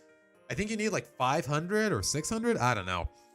But it did take me a while, so... Anyways. Huh. I will say this, though. His takes, his observations, I appreciate them from an analytical standpoint.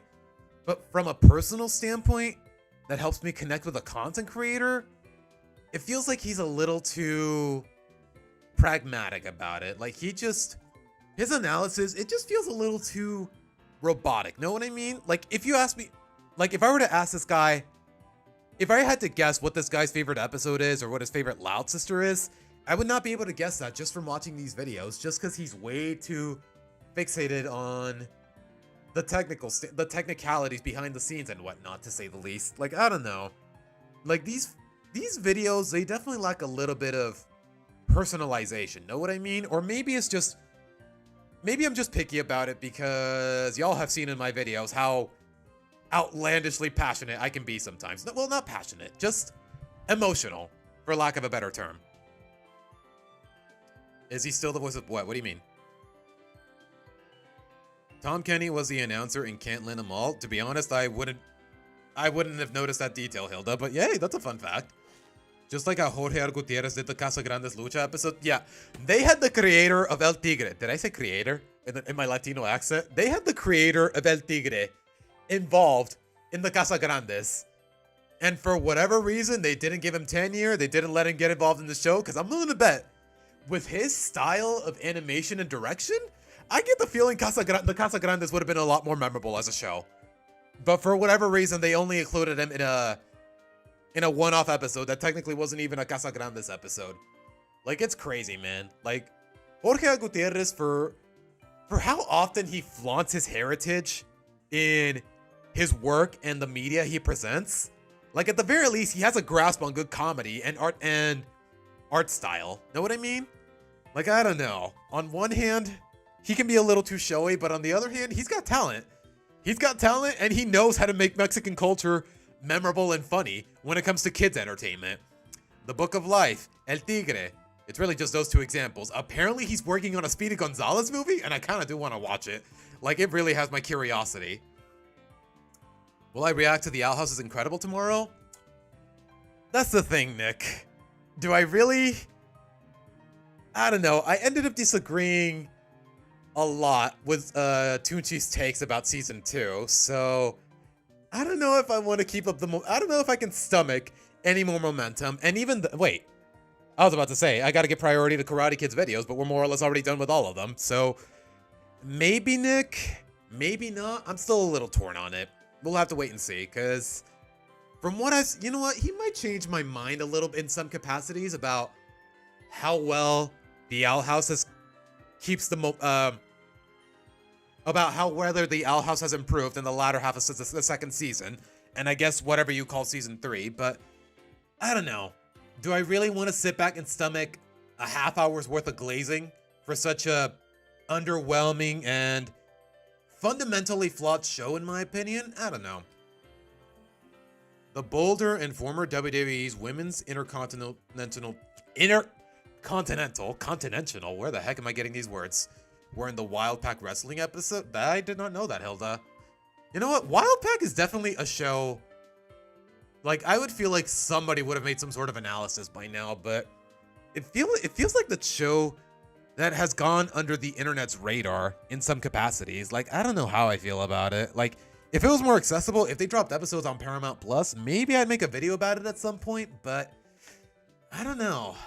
I don't know how I feel about Wild Pack as a whole, more or less. Okay, for whatever reason, Control F is not leaving the Chrome tab. Okay, there you go.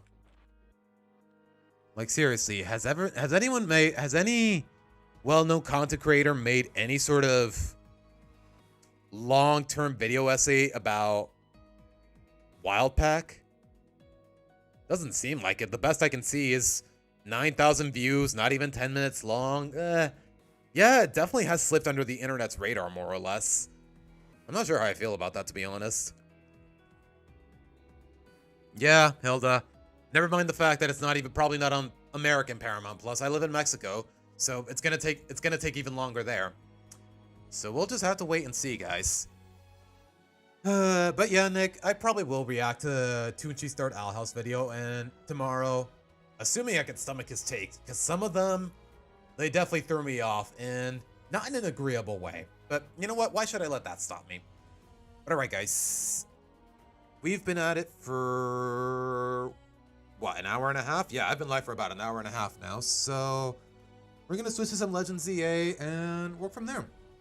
But for that to happen, I gotta set up the Switch, I want to go to the bathroom, I want to get some water, because honestly, my throat does hurt from talking so much, so I'll be right back.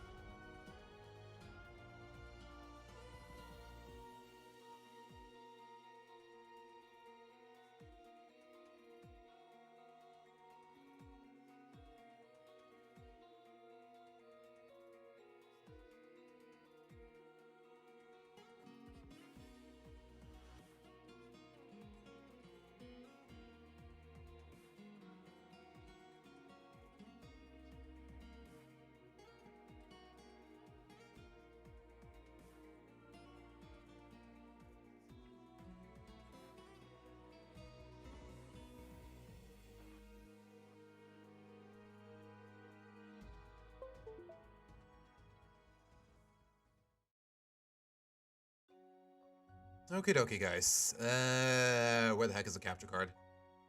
There you are. I think. There you are. Okay. Okay, I could probably turn this off, switch to tabs, and work from there. Okay, come on, Elgato, work with me, please. Okay. We're good? We're good? Okay, I should probably hide this. There you go. They barely added season 1 of both Rock, Paper, Scissors and Max in the mid. Oh, gosh. What's the next game I'm going to be playing? I got a couple ideas, Tails, but the fact of the matter is, in order for them to happen, I gotta either I travel to the US or I put funds into my American credit card so that I actually buy the game in question in the eShop. I'm thinking either DK Bonanza. You know what? The high up on the list is DK Bonanza, just because I never got the chance to play it for myself, and it has way too many positive reviews for me to gloss over it like that. By Tanya felt like a Wild Pack episode, not a Loud House episode. I guess, but from what I've seen of Lily and Jack's character, would they really concern themselves with a mannequin like that? I don't think it would apply for them either, Hilda, to be honest. But yeah, Paramount Plus, they really need to update their catalog, especially in Mexico. We still don't have the Christmas Loud House movie. We still don't have season 2 of the Really Loud House, or let alone the latter half of season 1.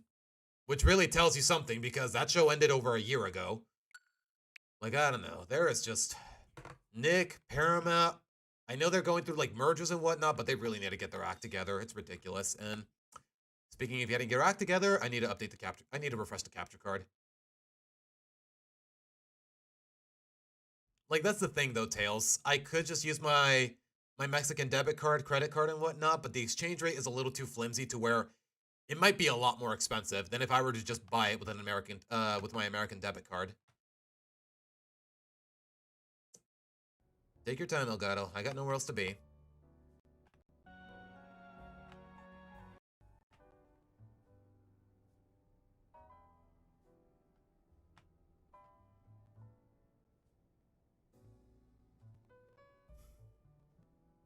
There you go. Okay, am I tripping or is it still crackling? You know what? Let's find out.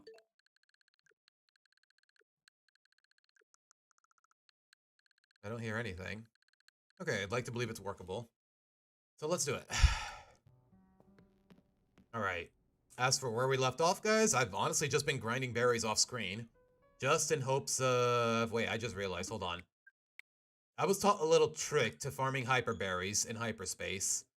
And apparently I already went about it the wrong way. Hold on. D-pad up, X and B. I didn't overwrite it already, did I? If I'm at a Pokemon Center, I think I'm doing it right. Okay, we're good. Alright. Apparently the tech is just make a... heal at a Pokemon Center. Save. Reset the game. Use that backup data. Make a sour donut. And hope for something in particular. Make a donut that's as sour as humanly possible. That's all I gotta do. Let's see.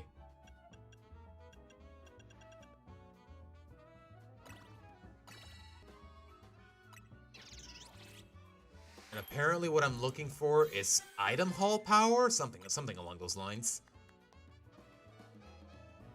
Item power treasure. No, okay, item power. I think it was called item power berries, so I gotta try again. But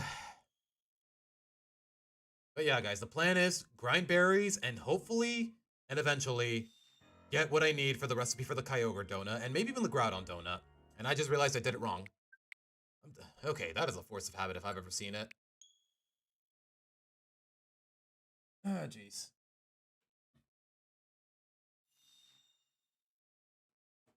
Alright. Up, BX. There you go. Old habits die hard, I guess. Although it's only been 2 months.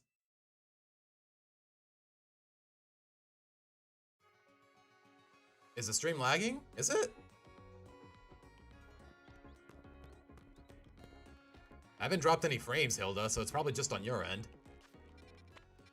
Capture card is crackling a little bit, though, so you know what? Let me reset it real quick. Hopefully for the last time. Oh, jeez.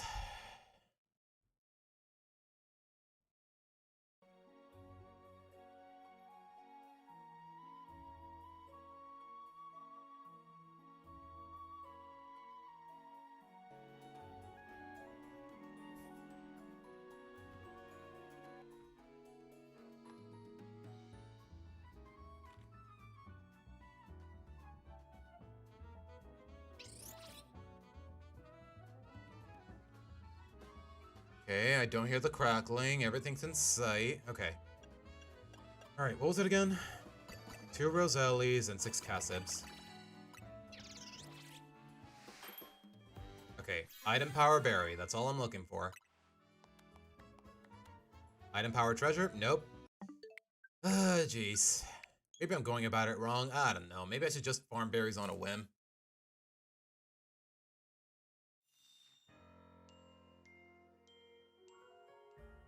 And again, oh my gosh, I am so bad at this. You know what? This is why I hate just actually exploiting the system just to be able to get what I need.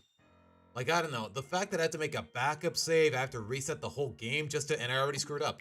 Just because I'm so used to pressing A immediately, as soon as I see the menu. Ah, jeez. Like, the fact that it basically feels like glorified shiny hunting, and shiny hunting, as a whole, is really boring, in my opinion, guys. Like, in my off time, when I got nothing better going on, and I'm just hanging out with friends, I don't mind it, but shiny hunting, like, people who dedicate their whole channels to shiny hunting is just, ugh. Like, I really don't see the appeal. It's so tedious and all that, what? For a color swap?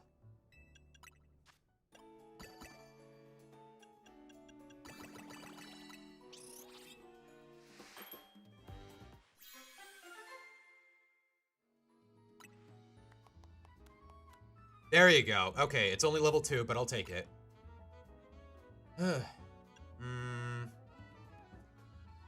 Maybe later. Alright, let's see how this plays out. Now, I just gotta pick a void. Ideally a 4-star one, just for the reward quantity. I guess I'm all out for today, so I'm probably just gonna have to reset, and I'm not about to go into a battle zone for those.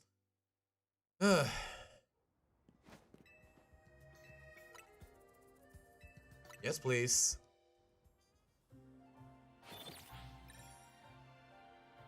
You know, let me move the mic a little, just so I don't have to crouch as much to be able to talk into it. Are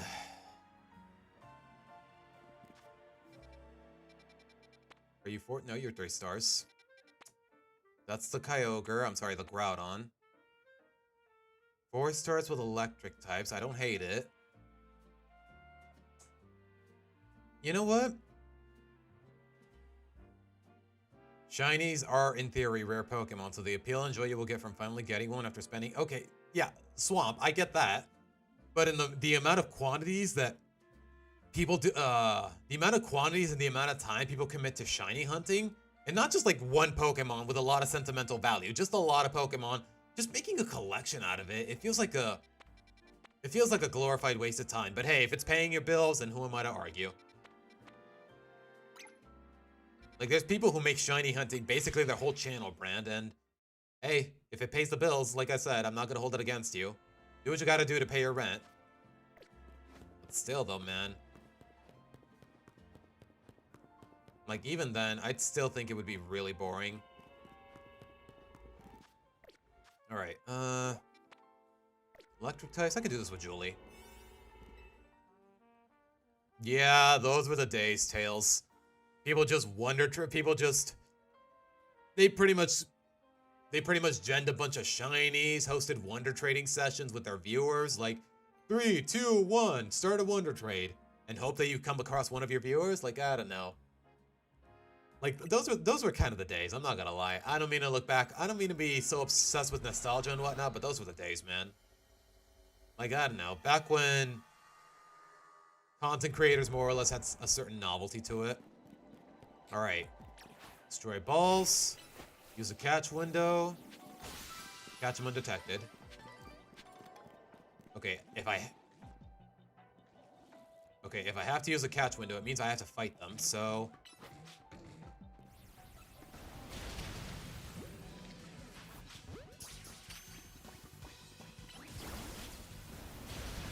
No, by all means, guys, keep... Do I have repeat balls on me? You know what? Yeah, I do.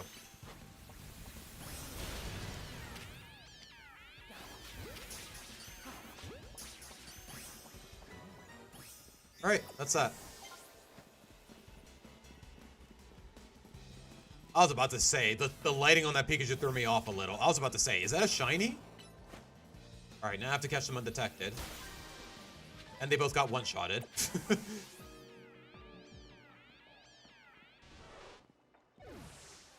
Okay.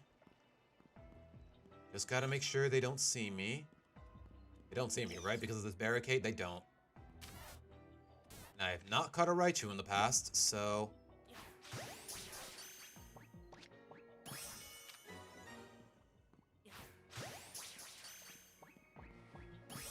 Just need another floating ball. Hello? Anybody here? More rats. Okay, I should not be calling them that.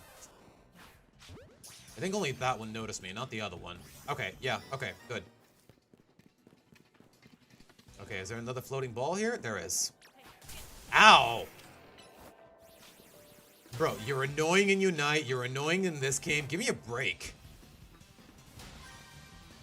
Bro, no matter where I go, Pikachu is annoying. Like, why are you the mascot of this franchise again? Jeez. Alright, just get the gold ball and I'm out of here. Oh. Jeez. Oh, there it is.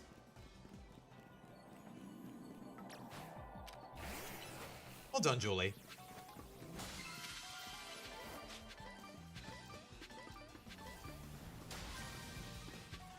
Not a lot of berries out of that golden ball, but hey, what are you gonna do?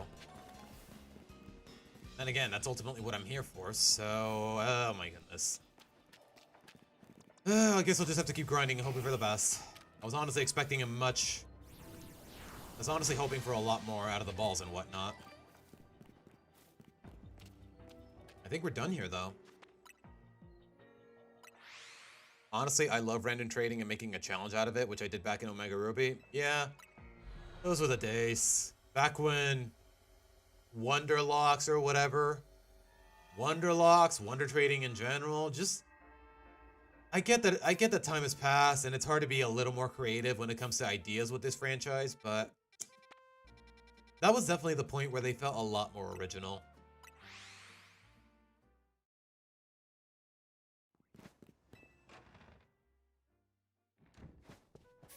Alright. I didn't even check what kind of berries we got, to be honest.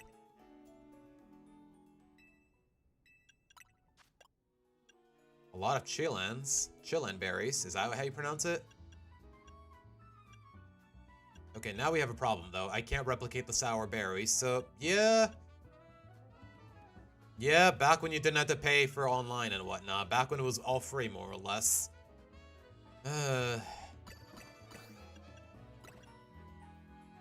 guess all I can... You know what? Let me look up the... No. I want to keep making one, but... Show me the recipe for the Kyogre donut, or maybe the Groudon one. Let's see.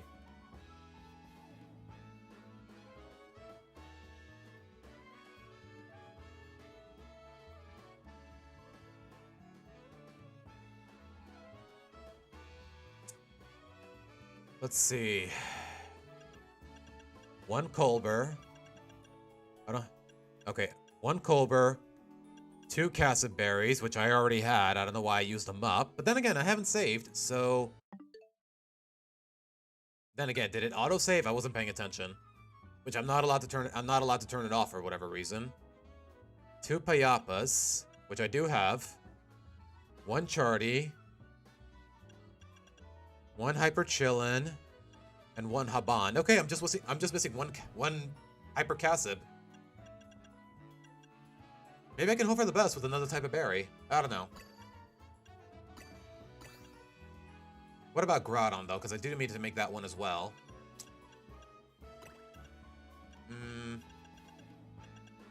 You know, as long as I don't use what the Kyogre donut requires, I think we can pull through.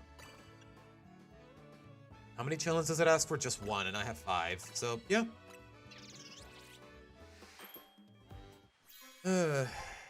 Little less berry mileage, but hey, what are you gonna do?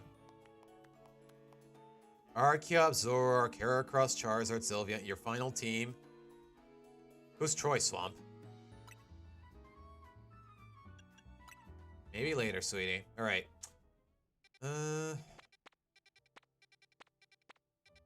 You Maybe we get the most. What mega is this? Oh, that's Frostlass. You know what? These are worth a healthy amount of rewards, especially berries, so let's try it. Let's see, she is Ice Ghost. You know what? I should probably know this since I have a Frostlass on my team, but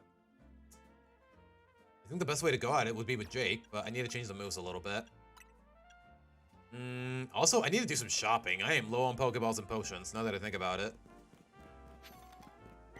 Oh, Troy's his German name. I was like, wait, who's Troy? Like, Omega Ruby, who the heck is Troy? Oh, that's Steven's German name. Yeah, I never would have guessed that, Swamp, so...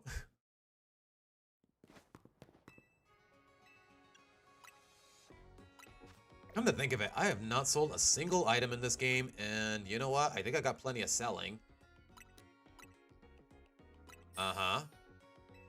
Look, bro, look how many pretty... I just made 43K's worth of pretty feathers. That's how much I've been neglecting the sales. Golly, man. And I got 39K's worth of tiny mushrooms. Why is Phalanx on the team? I needed an efficient counter to a Tyranitar raid, Mega Tyranitar, for Rogue Mega Tyranitar. It was basically the daily raid that was being reset. And I don't know, Hawlucha just wasn't cutting it, just because he's partially weak to rock, doesn't have a lot of... Like, Phalanx just definitely felt a lot more consistent in that regard. Especially because of no retreat and access to a lot of fighting type moves. Hawlucha basically just had Break and Flying Press. Apparently there's a Drain Punch TM, but I don't know where to find it, and I'm too lazy to look into it.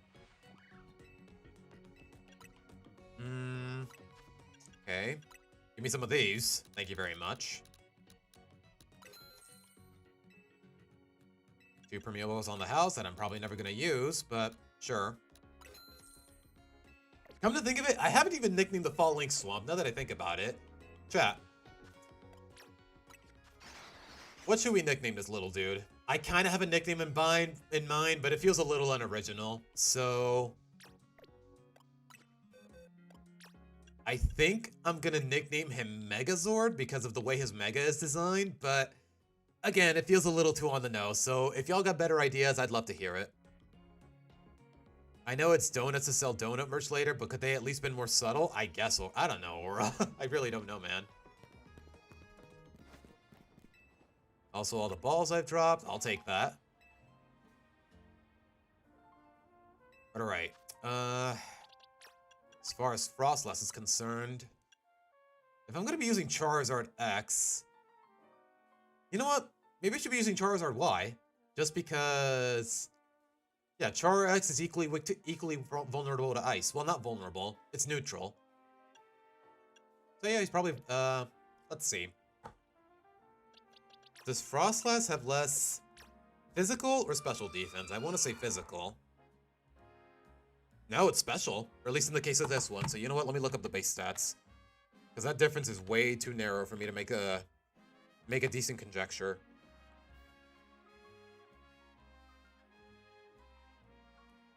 But alright, all I need is 1 Cassid Berry, and we can make the Kyogre Donut. 70 physical defense, 70 special defense. What about the Mega?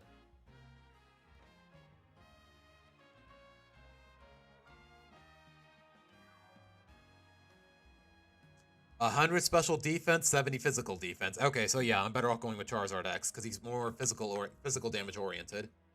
Name Phalanx the Boys. I don't know, man. It's a fun name, but at the same time, I'm not too crazy about the show The Boys. Just because it's definitely taken a decline in quality these past couple of seasons. So yeah, okay. Let's use Charizard X. I'll keep Fire Spin because it provides a lot of utility with a standstill target. I'm not really going to need Air Slash for this fight.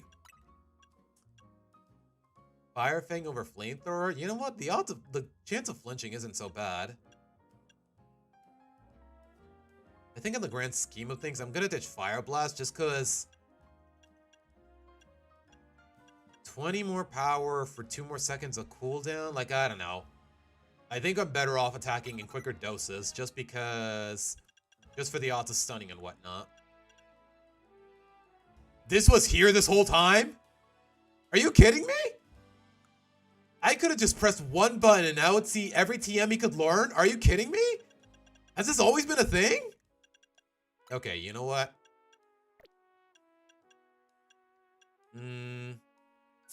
What is the difference? Okay, you know what? Let me look at Charizard X's stats and work from there. Let me see. How significant is the difference between attack and special attack? Oh, it's the same, so it really doesn't matter, but Frostlass has significantly less physical defense by 30 points, so yeah. Fire Punch over Flamethrower isn't bad, to be honest. And I can always teach it back whenever I need to, so yeah. Not a lot is lost. But alright. Jake, you are going to be spearheading this operation, but if push comes to shove, we can throw in Jolie. She has Rock Slide, she has Iron Head. But yeah, for the most part, Jake is going to spearhead this operation. I don't know what kind of accent I was going there. I just felt fancy. I just felt like saying something fancy there. But alright. Let's see how this goes. Wait, where the heck am I supposed to... Is it on the other side of the wall? How the heck am I supposed to get in? Wait, Brock's name is Rocco in German? Carmine? Why? What? Why would they call Carmine just Hannah? That's so... That's such a basic white... Okay, no racial, but that is such a basic white girl name. What? Karen is Joe? What? Okay, I do not understand I do not understand German localization for the life of me. Although, to be fair, it's not like the Americans one are making it easy either, but still. But alright, yeah, let's do it.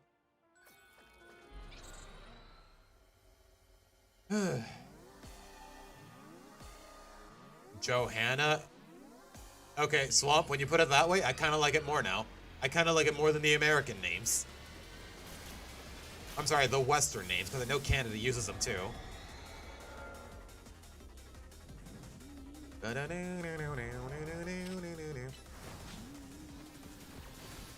Of course. Okay, she's definitely gunning for me, which is good. If you would stand still for just 5 seconds, though.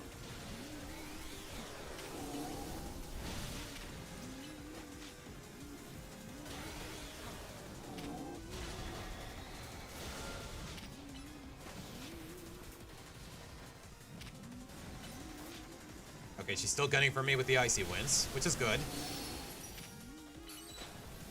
I can Mega Evolve already. Okay, do we really need the whole animation? Well, I have no control over that, but still.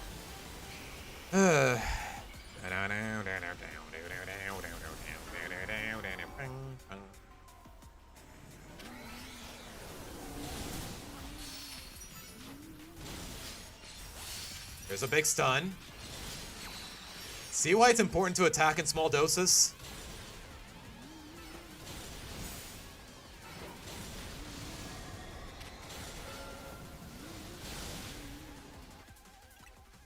Okay. Doing good, Jake. You're doing good, homie. You're doing good, big dog.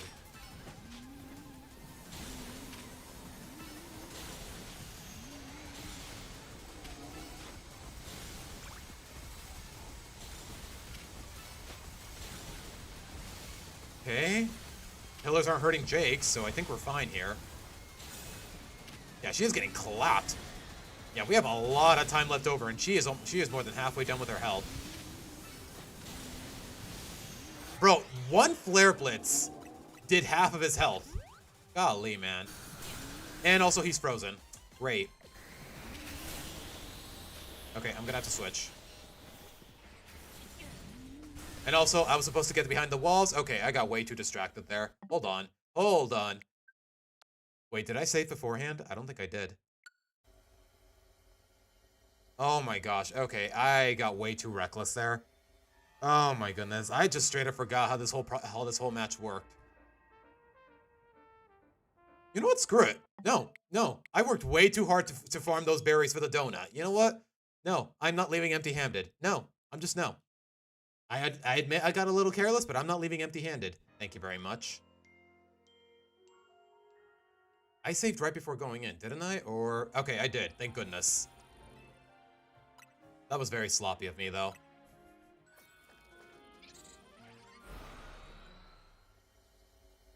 To be honest, Swamp, I kind of like that better than Sydney, because... I don't know. Okay, not to be too stereotypical about it, but... Sydney just... Not the kind of name I envision when looking at a guy like him.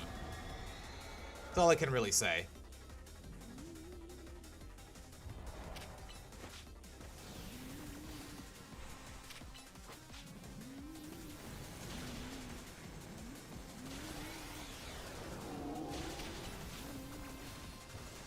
Bro, I swear, she keeps warping away every time I try to land a move. It's ridiculous.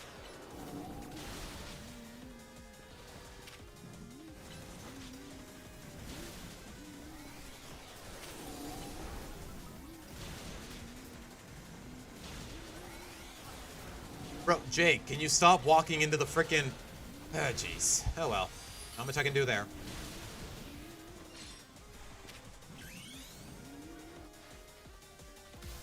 I think the widest name for the gals has to be Sarah or Cindy. Yeah, something along those lines, or I've never really thought about it. You know what? I would say Tiffany. I would say Tiffany is the widest girl name I've ever seen, I've ever heard.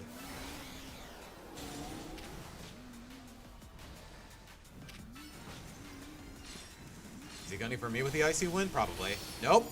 He went for Jake.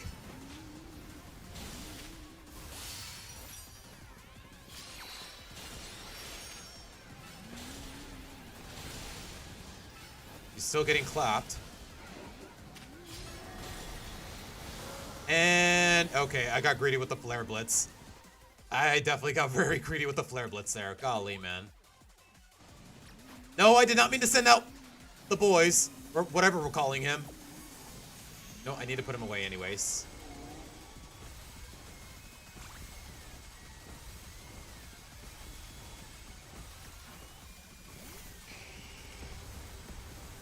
Okay, that's the wall I gotta get behind. Alright, now put him away. Yeah, just stay behind the walls and put Jake away. That's all I can really do.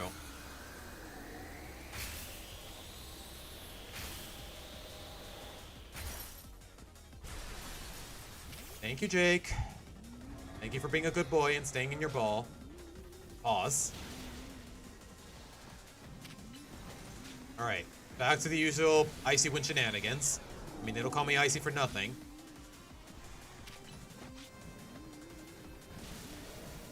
He's gunning for me with the Shadow Ball, which I don't hate.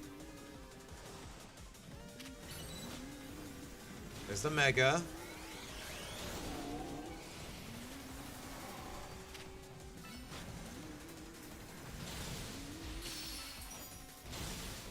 Okay, you know what? Point of order, just stop using Flare Blitz. Like, I really don't need it in the grand scheme of things.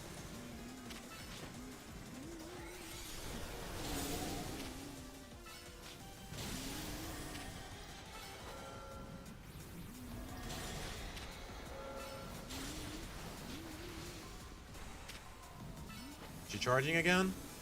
Okay, I don't have to fret too much yet. You know what? She's gonna be standing still, so yeah, place a Fire Spin.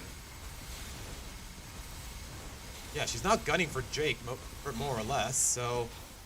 Yeah, for now, we're fine. Just gotta remember to get behind one of them. No, she's almost dead. But, you know what, let's not risk it.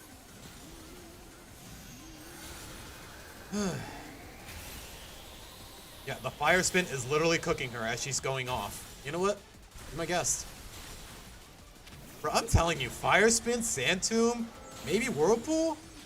They're just the kind of moves that really carry these matches, at least when the target is standing still for too long.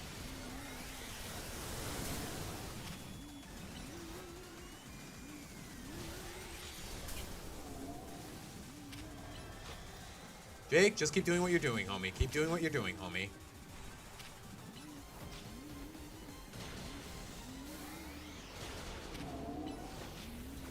Of course she warps away. Okay, you know what? We almost got this. We almost got this, right?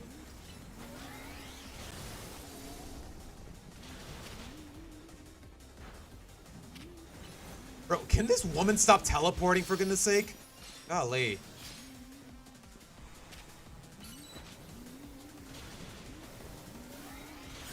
Alright, Jake, just finish the job, please. This is getting annoying. This is getting more annoying than difficult. There you go.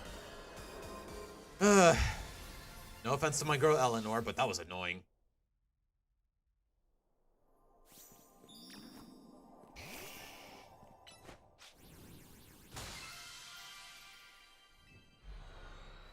What did I get, though? All I need is one Casset Berry. That's all I'm asking for. And I really don't know how else I can expect it. And to be honest, I'm too lazy to look at the probability. There we go. Okay, that should be everything for the Kyogre donut, if I'm not mistaken. That's a good observation, though, chat. That's a good observation, though, Aura. Chat, what do you think is the most stereotypically white girl name you've seen? Like, for me, it's definitely Tiffany. Like, I don't know what it is. Just the spelling of it is what definitely throws me off. Not really the spelling, just the pronunciation. Tiffany. Like, I don't know. It just doesn't feel like a name. Know what I mean? And I don't mean that in a derogatory way. But alright. If the internet's not lying to me, we should have everything. 1 Colbur. 2 Cassips. 2 Payapas. 1 Charty. 1 Chillin.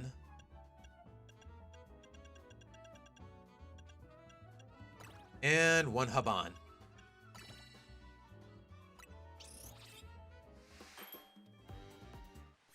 There it is. All right. I do wonder though, are they just gonna rehash the theme from Oras, or am I actually gonna hear an original Kyogre theme? I'm genuinely curious. I've sent a not so wholesome clip from a Loud House horror story, and you could react to it at the end. Warning: spooky and loud noise. Heh. Pun intended, Swamp? No, I'm kidding. Probably not.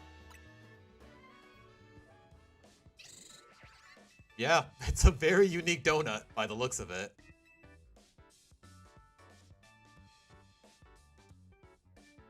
Really, Jorge? Penny? Wait, Penny's just a... Penny is just an abbreviation for Penelope, and it's a relatively common Mexican name, Penelope. I don't know, Jorge. That ain't it, Chief. I trip blah blah blah. Yeah, I really don't care. Wait, is it like a raid boss? Like, is it gonna be like a raid? Is it gonna be like a rogue mega when I fight it? Probably. The more I think about it. So, you know what? I'm gonna need more than just Alfred's the only one who's actually strong against water, and I'm gonna need a little more than that. Where's Brady? Let's get our boy. You know what? I've been neglecting our boy a little too long. So, Karina's German name is Connie. What? I guess it's not too out there, Swamp. You know what? That's not too bad. You know what, Brady? I want you to put in some work. And you know what? I got more rare candies than I know what to do with. So, yeah, let's do it. Can't go wrong with putting my favorite electric type at level 100. All right, let's see what you got. You know what? I don't have to worry about I don't have to worry about accuracy. So you know what? Zap Cannon is not a crazy investment. Kyogre's a special attacker, so Cotton Guard is kind of useless. Let's see. Airy Impulse, not bad either. Zap Cannon is guaranteed paralysis, so I don't see the need for Thunder Wave. Or Penelope Cruz. Penelope Cruz. Come on, man. Okay, Maria is very common though. I have like 3 different aunts named Maria. Let me tell you, just as a point of reference, I have like 3 different aunts named Maria. Right. Brady can put in the work, but when he Mega Evolves, and if Kyogre comes with Ice Beam, he's going to be vulnerable to it, because he's part Dragon at that point. Okay, Alfred, though, definitely Light Screen over Reflect, because Kyogre's a special attacker. I think in the grand scheme of things, though, I'm probably going to be leading with, maybe with Brady, just because he has better damage. A better damage output.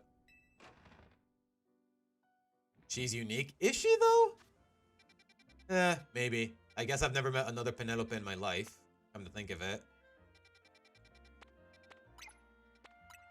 And I'm talking Penelope with actual Latin American heritage.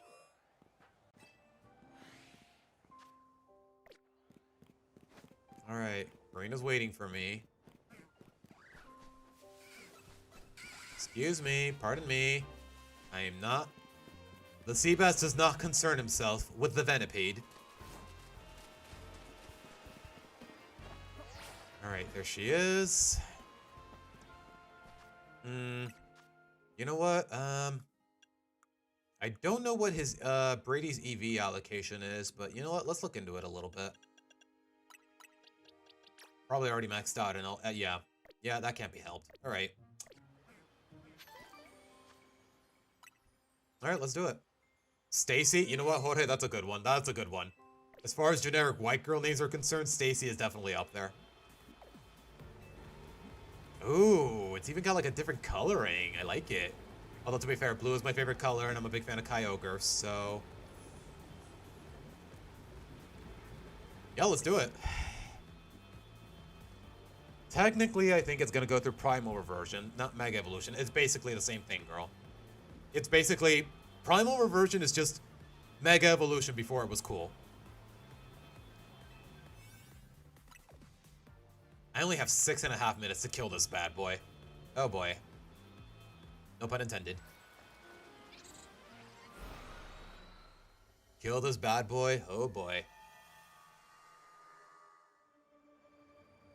Let me hear the music though. Like, I might get some serious Hoenn vibes out of all this, but let's see.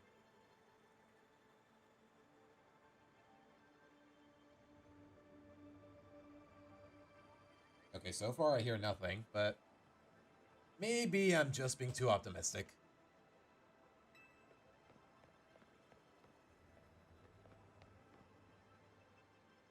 Come here, you two. Check this out. Ooh. It's very reminiscent of the cavern where you fought him in Alpha Sapphire, or at least where I fought him. It's so pretty. Is that a statue of him in the front, or is he just in stasis? Yeah, they don't call him Lord of the Sea for nothing.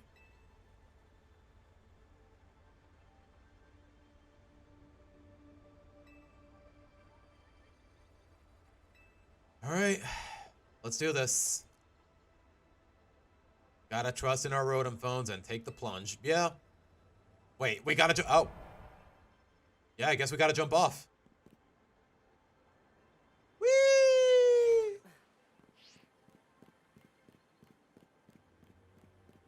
Ugh, this place is so spooky, though. It's mystical in all the right ways, but it is creeping me out a little. I'm not gonna lie. Like, look at this place. Oh my goodness.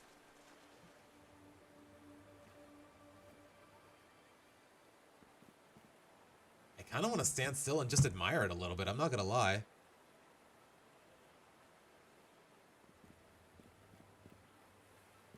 Okay, I will say though, where the heck am I supposed to be going? Okay, just. Okay, I thought that was completely unwalkable, but. Oh my gosh, bro. I think this is the first time we've ever seen Kyogre size actually match the Pokedex, more or less, because in the 3DS and the Game Boy, you could hardly get away with that because of hardware limitations, but now that we got a Switch 2? Look at the size of this monster. Okay, it looks a lot... The perspective's a little flimsy in this shot, but... Look at the big boy.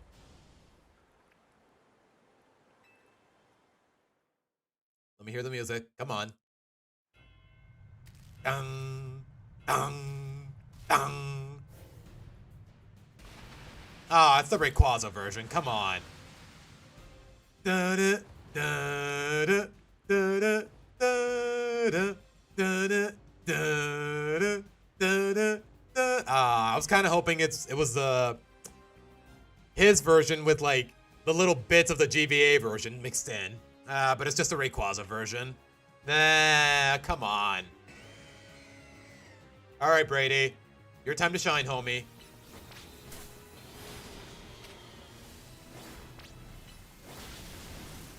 Oh, he's gunning for me, and he does no ice beam. Golly. Yeah, I know he's weak to electricity, girl. This ain't my first rodeo.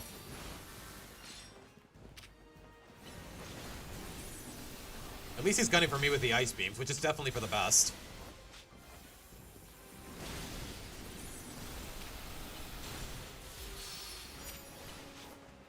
I think I can Mega Evolve already, but let's see. Okay. I dodged the surf with the Mega iframes. Okay. We're cooking. We got the stun in. Golly, man.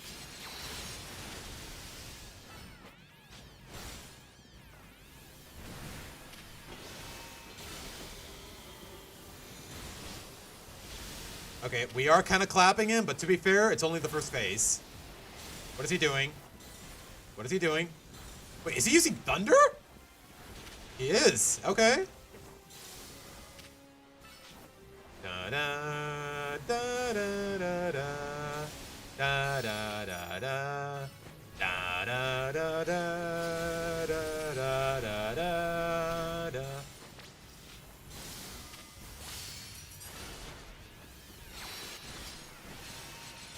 Bro, we are cooking this version. Golly. Da da da da. Da, da, da, da. Honestly, this music is so simple, but I've always kind of loved it. Like, it really does give the vibe of, hey, you're fighting a beast that created half of the world. Like, don't take it for granted. Don't take it lightly. Okay, the Mega wore off, but we're pulling through.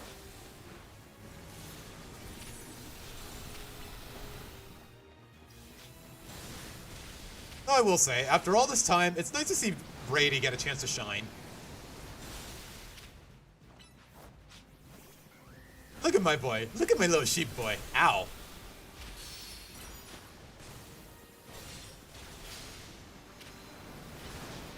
Ow. Okay, I'm being a little clumsy. I'm not gonna lie. And he won't stop gunning for me with the ice beams.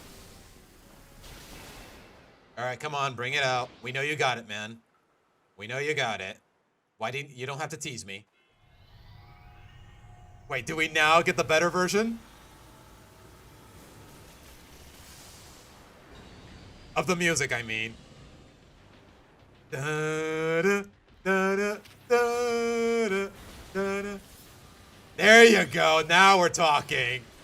Da, da, da, da, da, da, da, da, da, da, da, da. Da, da, da, da, da. Bro, look at his insides. Bro, you can see the inside of his belly. You can see through his belly. That's so crazy. You didn't have that kind of detail before. Okay, I should probably run. Okay, Brady can tank it. He's part dragon, but still.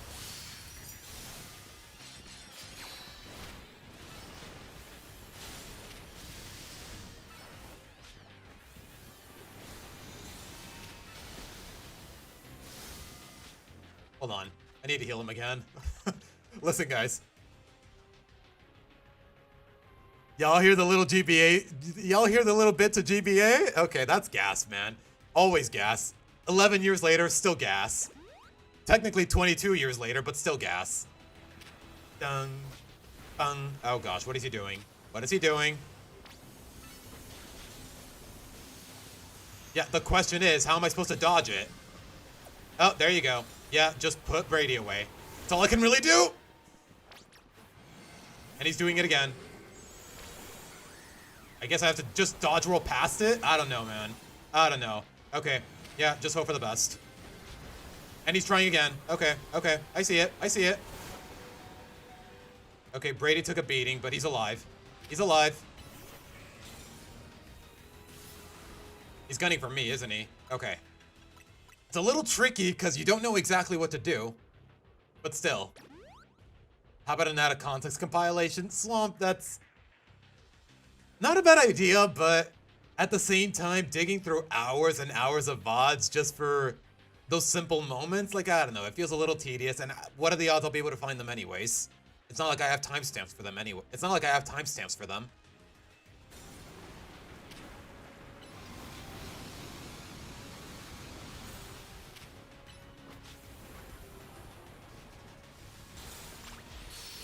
Oh my gosh, he's so scared. Why is he walking up to me like that? That's so scary, bro. Oh my god. Yeah, he is still gunning for me. You know what? That's probably for the best, though. Oh gosh, he's doing it again. He's doing it again. Da-da, da-da, da-da. No, he's using thunder. Okay. Okay, I thought he was going to be gunning for me.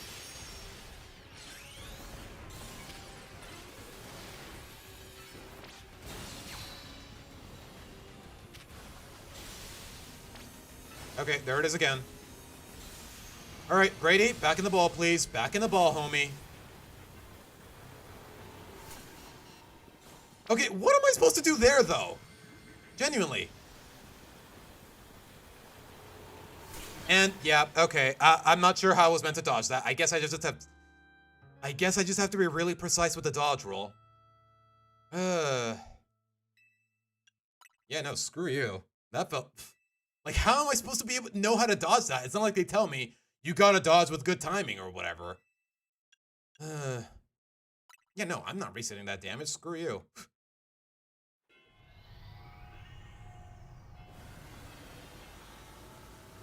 Bro, the... Primal Reversion, man. Like, I don't know. If I was like 6 years old, I'd be roaring right along with him. It's crazy.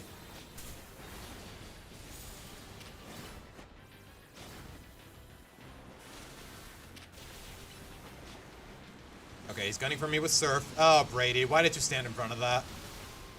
You know what? He's fine, but... He's going for another Surf, and Brady's standing in front of it like an idiot.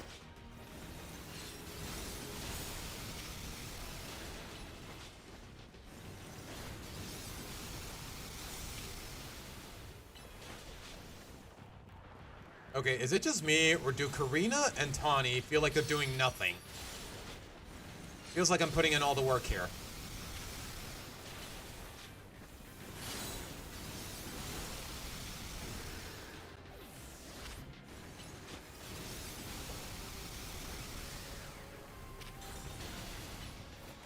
Okay, I should probably Mega Evolve now that I look at it. Oh, jeez.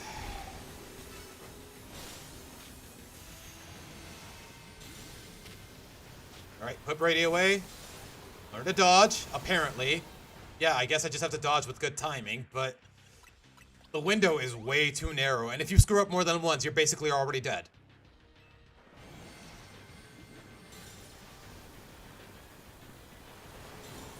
Ow, see? I'm already at low health just from one hit.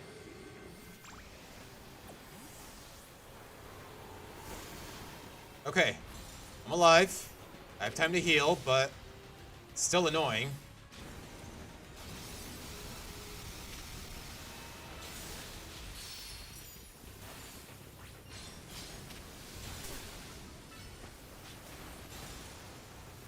Okay, he's using Thunder. We live in. And he's stunned. What is he, surfing? Nope. Yeah, he's surfing. Okay, we're fine. We're fine. Brady can tank that, no problem. And that's that. Huh. Never noticed that he got a lot bigger when he Primal reversed. Okay, guys. It's either Dive Ball or Great. I think aesthetically, Great is a little more appropriate. Just, I don't know, just blue, red, and white. The color scheme is exactly the same. But alright. Took a lot more grinding than I would have liked, but hey, we did it. Okay, I'm not gonna lie. I kind of want to stay here and appreciate the aesthetic. I'm guessing the blue orb.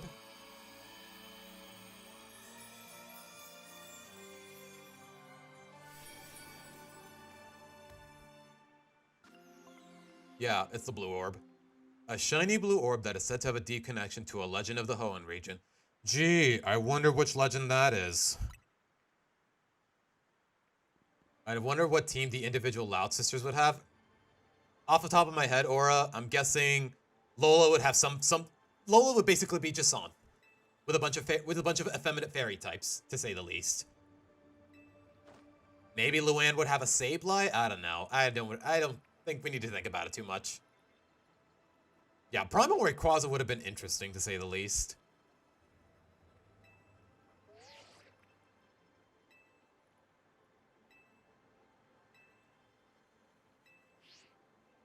Shouldn't we try to catch Groudon first? Who knows? Who knows? Let's see what he has to say.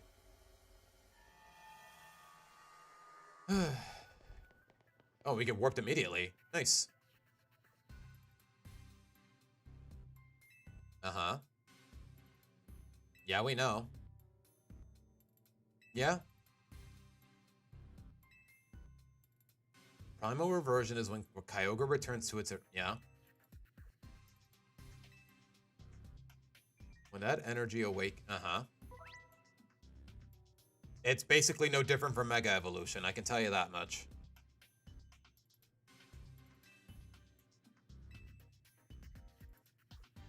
Uh-huh. Wait, so how would this have played out if I went for Groudon first instead of... It makes no difference, I guess. Alright, let's see if I got what I need for Groudon already. For all I know, I already do. Come to think of it, how am I going to fight Groudon? There's no abilities in this game, so I'm guessing I can just go to town with Water-type moves, so... Maybe not Empoleon is going to put in all the work, but I'd rather not leave everything to him. I want to have a backup. But you know what? Guys, let's give a quick round of applause to Brady. Even after being on the bench for so long, he still pulled through in the end. Shout outs to my goat. Shout outs to one of my goats. There's a reason he's my favorite. There's a reason Ampharos is my favorite electric type, and this just adds to that. Like, I don't know, man. Shout outs to Brady. But alright. For Groudon though. Okay, I need it for one. I need to have the donut ready first. So let's not jump the gun too. Let's not be so hasty.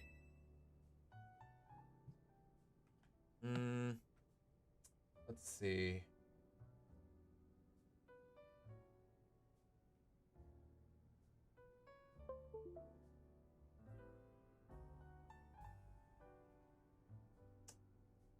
Anytime now, Google Chrome. Anytime now.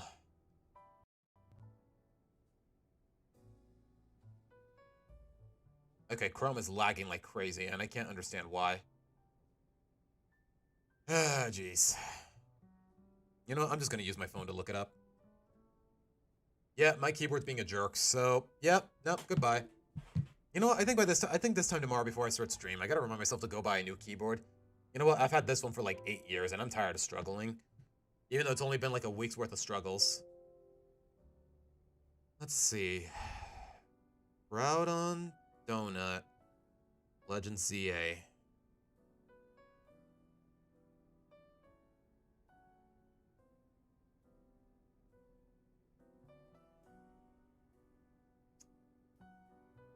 Three Tanga, 3 Payapa, and 3 Roselli. Probably not. I sincerely doubt I have it all, but let's see. I have 5 Tanga. Only 1 Payapa. What about Roselli though? And 1 Roselli. So yeah, we've got a bit of grinding to do. Yeah, Desolate Land just nullying all water type moves, but that's gone in this game. So yeah, it's probably gonna be really easy for not Empoleon or any water type that can Mega Evolve, but we'll just have to wait and see. Yeah, Luna would definitely have a Toxtricity of all things. Maybe an Obstagoon, because, you know, they're based off of Kiss and she loves rock and roll. Like, she's made a lot of reference to a lot of music groups, and I wouldn't put it beneath her to quote Kiss at some point. You know, if we were still in the Savino era. But I don't know. Just a conjecture. But alright, okay, what do we need?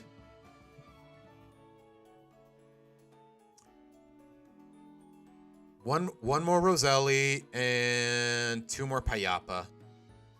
Okay. Swamp, it feels a little too gimmicky for a video that would actually bring in views, and honestly, I don't know how I would present it. Hey, here's every Pokemon that all the Loud Sisters would have. Like, I don't know, that kind of crossover just feels a little too corny. It'd be like, say, oh hey, these are the Pokemon types that every Smash Bros. Character would have. Like, I don't know, it just feels a little too silly for my comfort. But alright.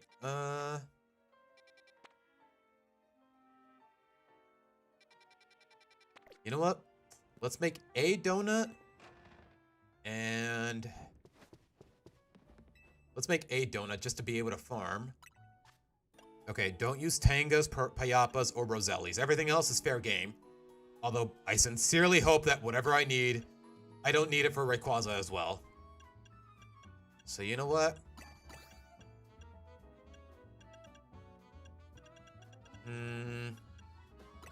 Okay, I don't need that many Tangas, so... Or Cobras, for that matter. Do I need Babiris? No. Do I need Habans? No. Alright. Yeah, exactly, Erica. I don't know why it didn't occur to me, but yeah, very DeviantArt coded. Like, honestly, Swamp, other than 1 or 2 video ideas, I'm kind of stumped. I do want to, you know what?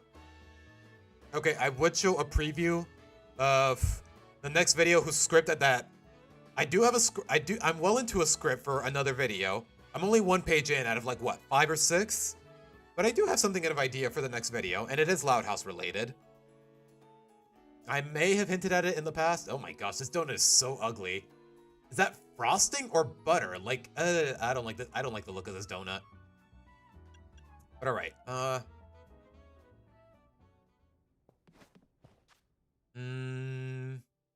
okay, just wait out the day and check for another Mega Raid. Probably the best way to farm berries that I can think of, if I'm being honest. What a nice bench. Leader of the Pride. Is that even an ability to begin with, Erica? I've never heard of it before. Summon Sun and extra special attack on switching? That sounds kind of wait. Does Scovillain even have...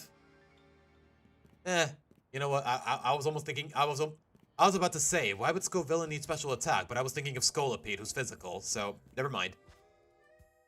Alright, whose silhouette is that? You know, I could probably check the Pokedex for reference. It's not Pyroar. Can't be Scolipede. Okay, chat, if y'all recognize that silhouette, please let me know.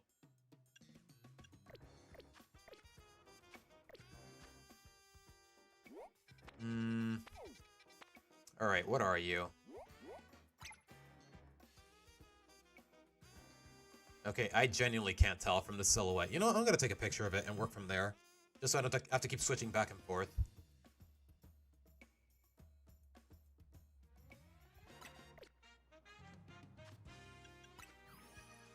Do you think when they catch legendaries more often due to the backlash of keeping legendary catches in Japan? Okay, you know what? Let me read that again, Tails. Do you think that when they catch legendaries more often, due to the backlash of keeping legendary catches in Japan and other exclusives? I don't know. I don't know, to be honest.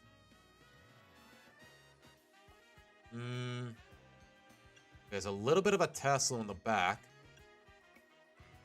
I would say like a Gengar, but the arm is a little too thin. Is that Barbaracle? No. It's not Mega Victory Bell, just because the center is too thin.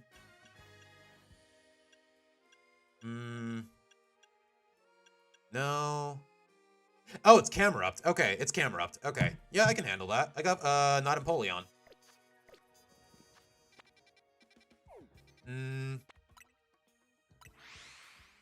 Leader of the Pride is Mega Pyroar's ability. Wait, I thought they didn't have abilities yet. There is no Mega Clefairy, so it has to be Camerupt. I think. I mean, if I'm wrong, I'm wrong, but... Alright. We're finally gonna use this boy. We're finally gonna use not Empoleon. It's probably gonna be just him, now that I look at it, so...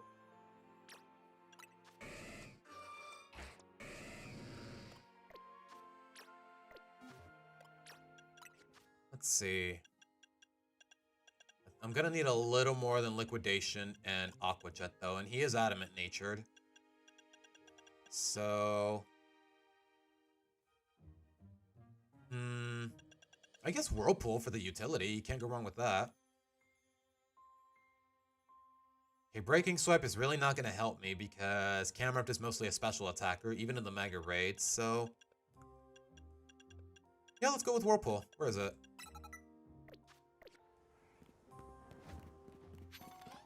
Oh, I'm guessing Showdown data mined them or whatever. Or they just made them up for the sake of having them in Showdown. I don't know. Wait, is this that same area where... Yeah, okay, I know how to get there. Okay. I do remember now. I do learn from my mistakes. Okay, let me lower the volume a little bit. Now that we're done dealing with Kyogre.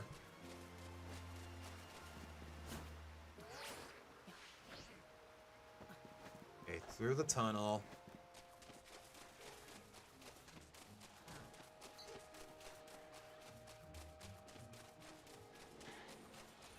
There you go. Wait, am I leading with... Nope, I am not leading with not Empoleon.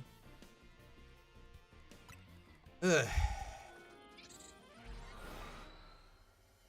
Alright. Let's see how this goes. Okay, it is Camerupt. Okay, I was right. Mostly kept events in Japan and rarely release them outside of Japan? I guess.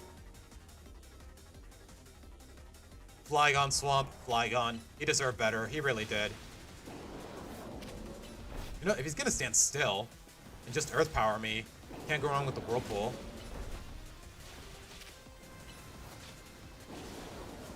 Another Earth Power. Hi.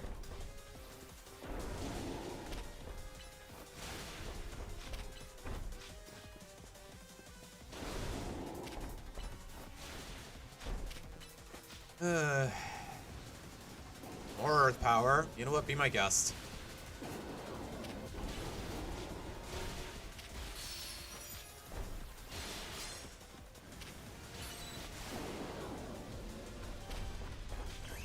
Alright. First time using Mega for Alligator. Let's see how it goes. He looks so ridiculous, but hey, what are you gonna do?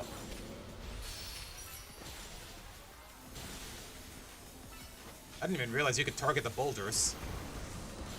Alright, bro, back in the ball. Back in the ball, homie. Also, we gotta heal you. Probably have a burn heal or two here. I do. Okay. You know what? I'd need to think about it a little more, Swamp, before I answer that question.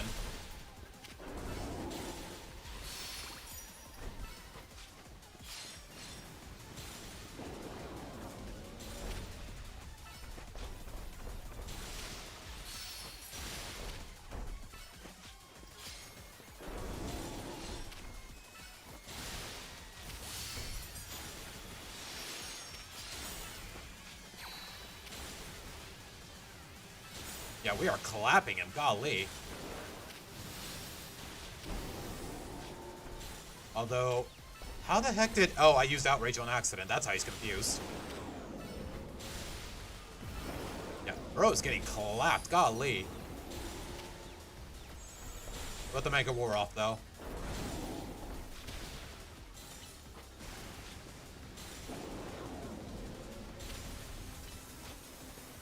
Alright, back in the ball, homie. Back in the ball. Okay, he took some damage, but he didn't get burned. Okay, not to call it too soon, but honestly, this is the kind of raid that feels like a pushover. What, gonna try to headbutt me again? Oh no.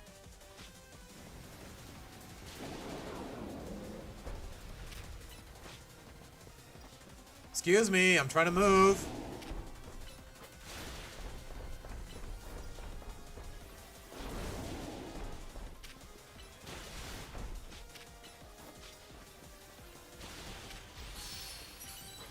Alright, that'll do it. Okay, I was about to say, I have no means of reaching that. That should do it. There you go. Okay. Made up ability, basically Koraidon's ability, but Koraidon is physical, while Pyro is special. Yeah. I guess we just had to salvage him. Alright, what berries are we talking? Okay, you know what, Swamp? Come to think of it, if Beedrill got a Mega, I don't see why Butterfree couldn't. Babiri... Oh. I didn't even get to look. But alright, I gotta get out of here.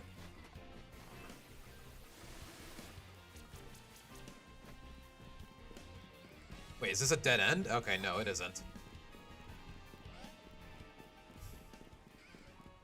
Alright, let's see what we got now. Still missing a Roselli.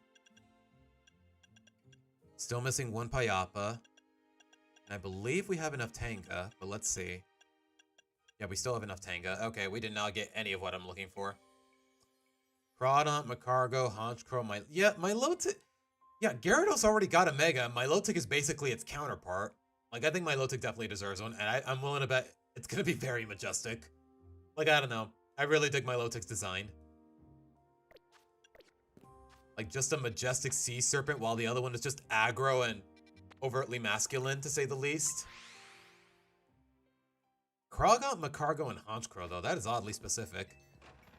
Pretty much any fully evolved Mon that lacks a good enough stat line is probably going to need it.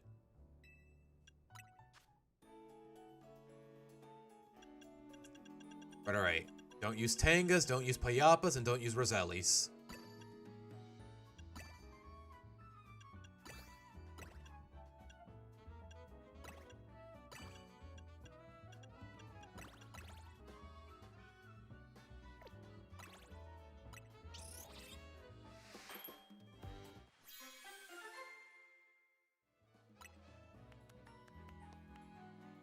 Blah, blah, blah. I really don't care about the benefits, ultimately. But alright, should I go for another Mega Raid or go for a 4-star portal? Probably a 4-star portal. This seems manageable, to be honest, but... do I have an alternative? Beedrills, Pincers, Kakunas are all pretty aggro. Also all really aggro. Crocoroks are kind of annoying because they love setting up sand tombs. I just need a means to farm lots of balls with lots of berries. It's either this or that, so let's go with this. Everyone, do you have any wishes for Megas? Doesn't seem like, I don't know. Only time will tell if we get more later down the line, Swamp, but by the looks of it with this DLC and whatnot, it looks like that's it for a while. But I don't know. I guess we'll just have to wait until Pokemon Day, which is in about 2 months. See if they're going to keep up the hype of the Megas, or they're just going to let it die down with now that the game is released.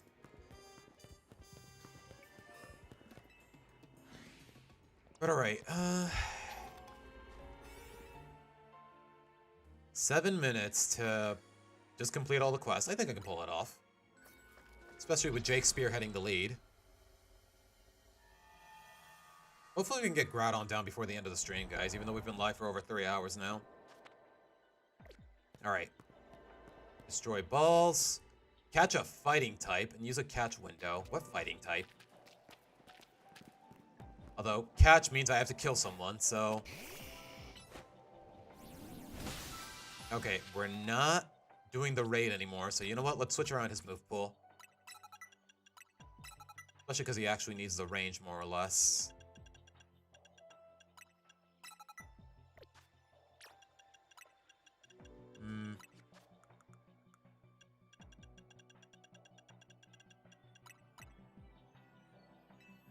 Uh-huh. Thank you. Alright. Stocked up on Ultra Balls, so... Anybody here? Okay, a lot of pincers. They're not fighting types, though, so... I don't know what they're trying to pull.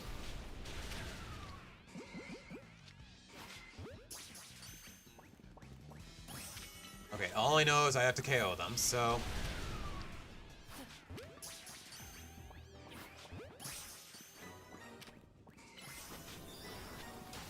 Alright. Break more balls and look for some sort of fighting type, I guess. Yeah, I guess Honchkrow could be passed. Oh, okay, that's what they meant.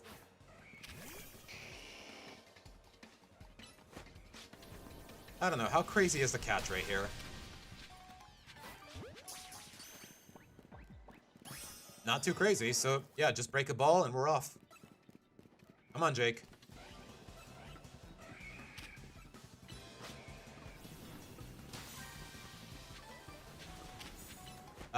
Jake? What, they use Rock Slide? What gives? You know what, I don't mind healing him, but still. Alright, we got everything. Where's the golden ball?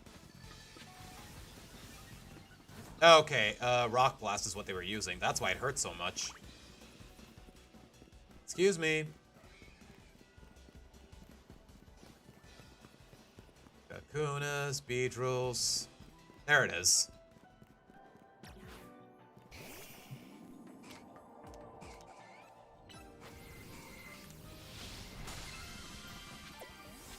Koba, Roselli. I need Roselli's, don't I? And I still need one Payapa, right? Okay, I don't remember exactly what type of berry I need, but... You know what? Let's see.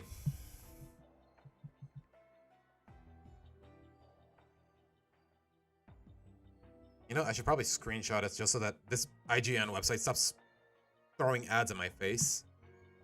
Let's see.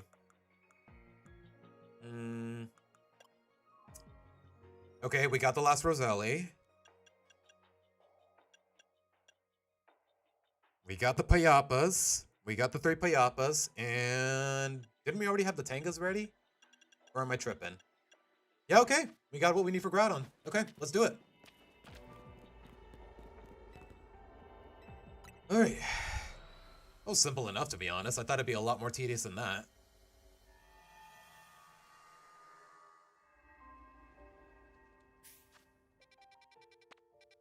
I do wonder, though, am I gonna have to grind even more for the Rayquaza donut? Is there a Rayquaza donut? We'll have to wait and see. You know what, guys? There's something I've noticed about all these portals. I have not seen the biggest selling point of the DLC. I have not seen Mega Raichu X and Mega Raichu Y. Even though they were in the advertising and everything. Like, you'd think it'd be one of the first things you come across, but it isn't.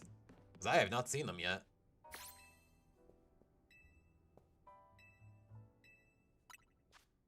Alright, let's see. Is it cheating that I'm Googling the recipe instead of just taking a look at what I need for myself? Little bit, but... You know what? What else is the internet for? Alright, 3 Tangas. 2 Payapas. And 2 Rosellis. And I guess I can add in one more thing for good measure.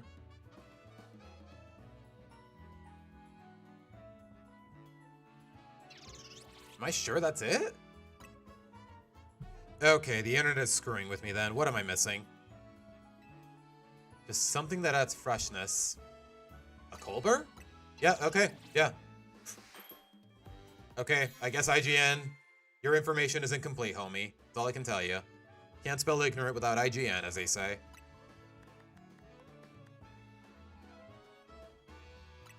But alright. Omega old-fashioned donut.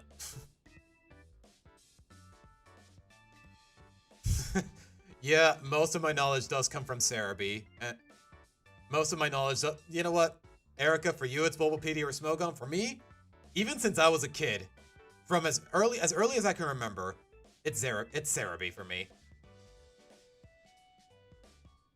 Yeah, that's definitely one of the biggest adjustments with the Legends games, Lonely. Just the gameplay, the combat. It's not really turn-based. You gotta pay attention. You gotta know when to dodge. It's definitely not as simplistic as it always is.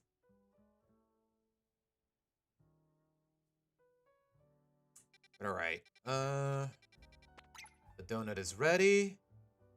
Who's gonna fight the Groudon, though? That's the real question.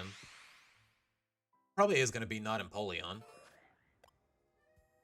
I think he's gonna need some backup, though, so... No, not the species. Just give me water types. Ideally, somebody who can evolve. Mega Gyarados. I could use Slowbro, but... Mega Sharpedo. I'd be more than happy to use Swampert, but for whatever reason, his Mega Stone is paywalled. Mega Starmie. I could use Kyogre. I could use Kyogre just for the rich irony. I've always preferred Kyogre over Groudon. I'm gonna be real with you guys. Yeah, why not? Why not? Surf, Origin Pulse. I can get him level 100, but I'm gonna have to grind his EVs a little bit. Wait, there's Sheer Cold in this game? Takes a great deal of time. Okay, it's not an OHKO move. Yeah, that would make no sense in the context of this game. So, wait, does he learn Thunder naturally, or do I have to teach it to him? Okay, he does not learn it naturally. So, yeah, okay. If anything happens to Empoleon, we can work with Kyogre. Yeah, basically reenacting history, Swamp. While I'm here. Silver was my first Pokemon game, but the one I definitely gave a committed playthrough towards first was Sapphire. So you know what? There's a bit of sentimentality here. But let's see.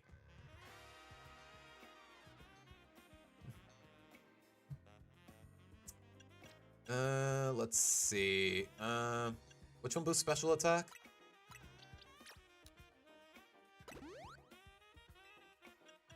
That's really all that matters with Kyogre. Dodging moves, most of the time, I'm assuming Groudon is going to be focusing me, so I don't have to fret over defenses too much. That's the best I can do, though. What's its nature, though? Oh my gosh. Oh my gosh, and he's modest, too? Okay, that is the perfect nature for this guy. Holy. Okay, I more or less won the lottery. Goodness gracious. Okay, one final touch, though. Wait, is the blue orb here, or is it actually in another pocket? Yeah, okay, here it is. But alright, if push comes to shove, with not Empoleon, we'll use Kyogre. Come to think of it, I gotta give him a nickname. Before I get into it. And again, I said the same for Fallings, and I'm still on hold for that.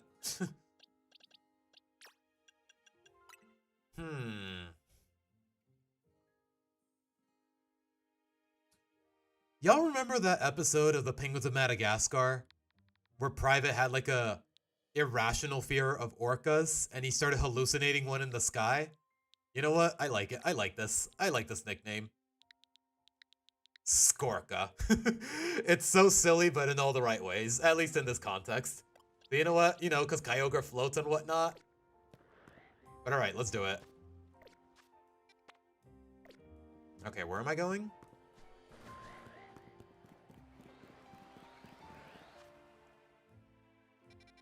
Is it even in the... It's not even in the battle zone, so what am I doing here? Yeah, eventually everyone gets the hang of it, Lonely. Don't feel like you need to isolate yourself in that regard.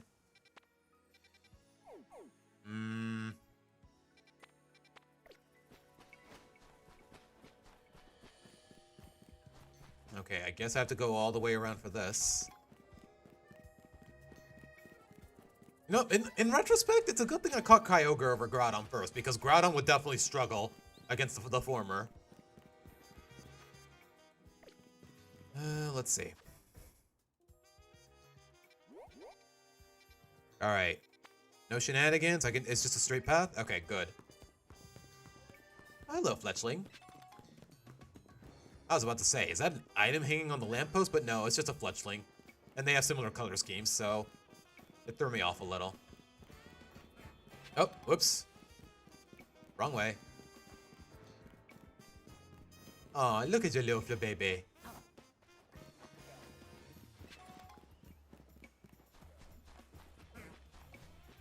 Alright, here we are, guys.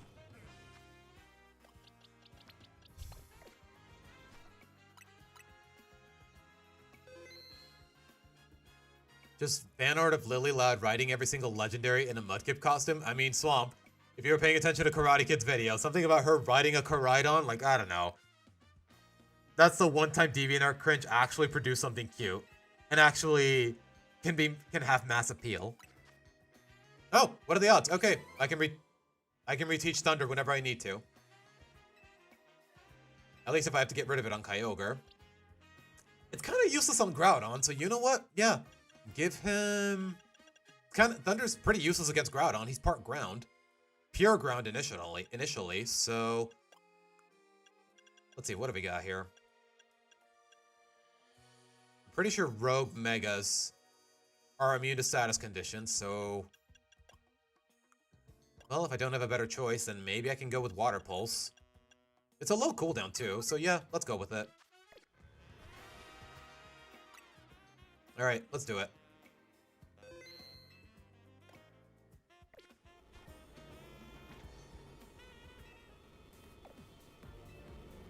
Uh-huh.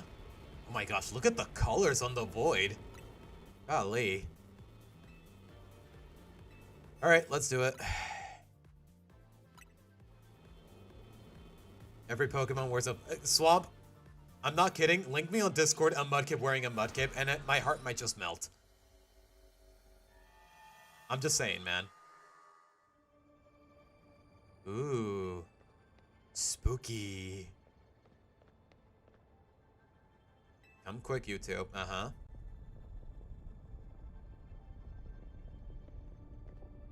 You know, it's a lot more intimidating when it's lava instead of water. Probably because lava kills you immediately, while water, you might drown, but hey, you have a chance of surviving if it's not too intense.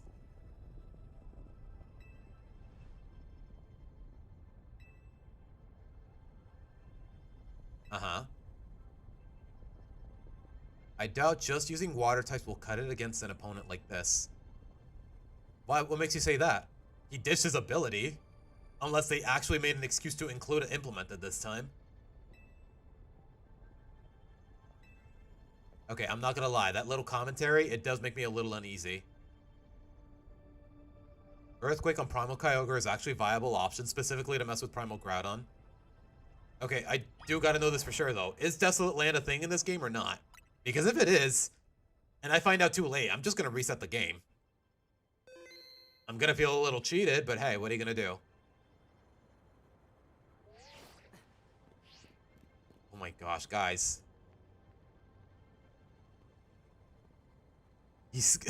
I'm not gonna lie, from this angle, it does look a little scary.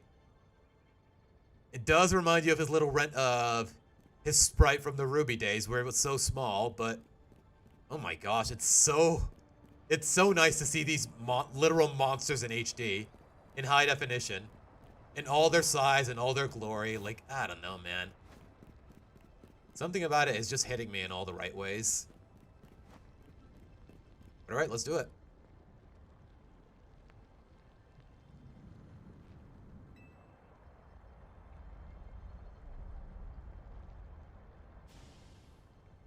Yeah, we know, girl. We know.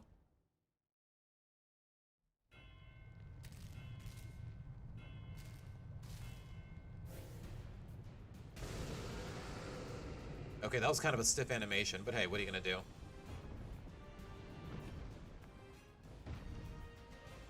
Uh-huh.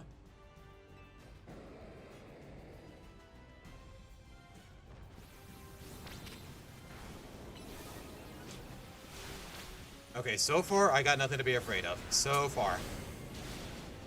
It's not gunning for me, though, which is a little concerning. Okay, maybe he is. I'm not sure what to make of it, to be honest. Okay, I am not reading the prompt whatsoever. What is that move?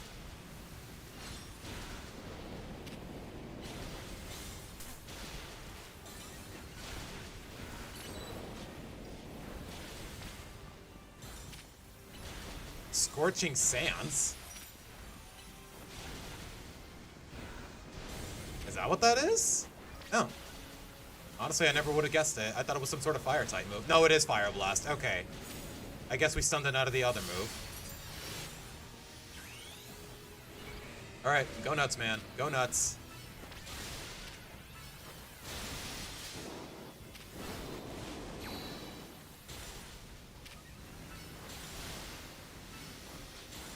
What is he doing? Oh, he knows Solar Beam. You know what? It makes sense for him, but still.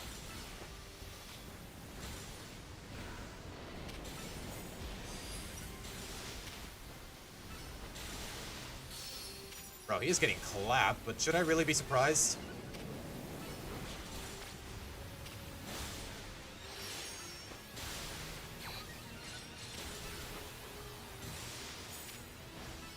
Yeah, apparently. Apparently, Swamp. Okay, you know what? Before he goes primal, let me heal up.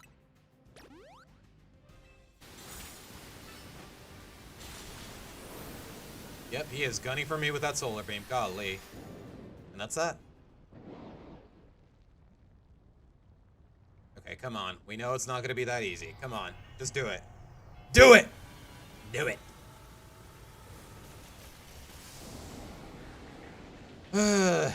Okay, I'm gonna shut up. I don't want to underestimate him in any capacity. I know I have something of an advantage, but I don't want to... Yep. He's still immune to water. He's still immune to water. Great. Great. I'm completely unprepared. Jeez. He's completely immune to water, even though this game specifically makes a point that abilities are non-existent, and yet here we are. He gets to keep his. Why? He already has an inflated HP stat to where I'm not going to one-shot him anyways, but sure, man. Let him keep his ability. So now what?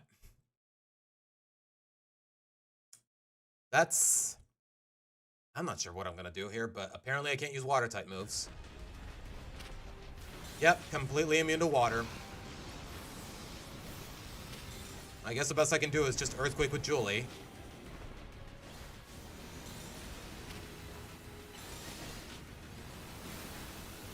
Okay, the solar beam is a lot more intense. Holy crap.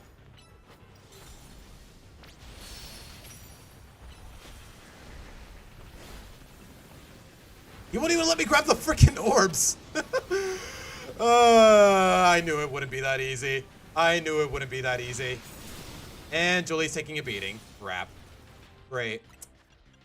Jeez.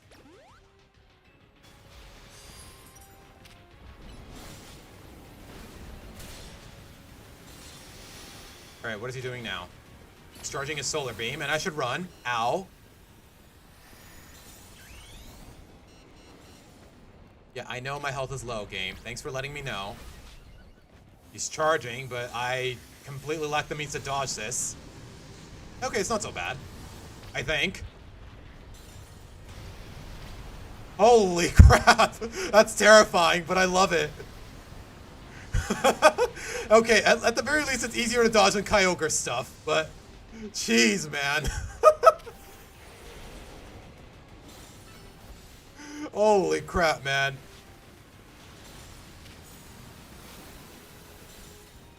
Okay, he's got a stun.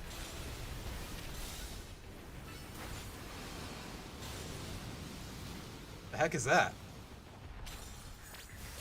Okay, there's a stun. At least we're getting some damage in. Just because Julie's coming in clutch.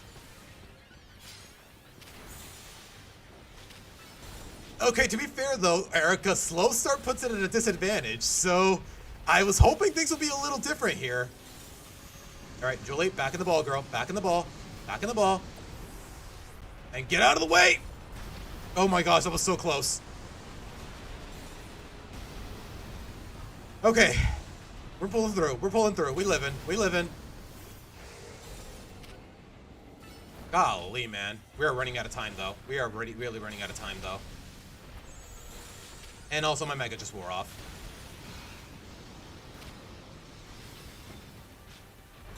Come to think of it, Tawny, what are you using for Alligator? Okay, Tawny, you know what? To be fair, though, Tawny has the same stupid idea I did, so I can't complain too much. At least she's smart enough to just be using Ice Fang, but it's not really helping. That's the thing, though. She's the AI. She's allowed to be stupid. I'm not.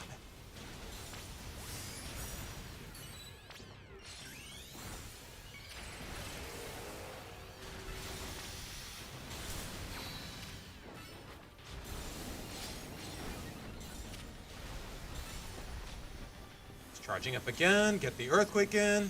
Julie, get in the ball.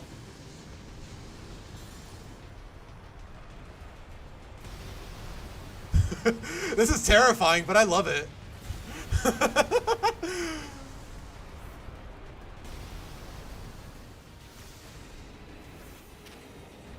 Yeah, okay, Swamp, to be fair, neither did I. Neither did I in this context.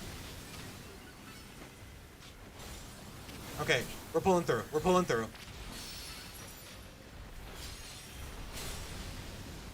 We might just finish him here and there. Ow!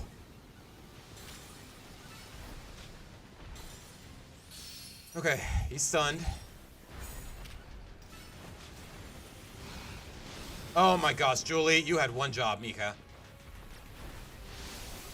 I don't think we're gonna make it.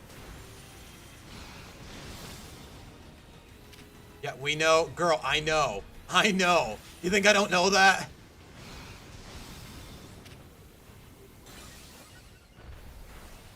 You know what? I can always just cheat with the timer, but I was under the impression that we wouldn't have to bother dealing with his ability, yet here we are. Alright, Alfred, back in the ball. You know what? While we're here, though...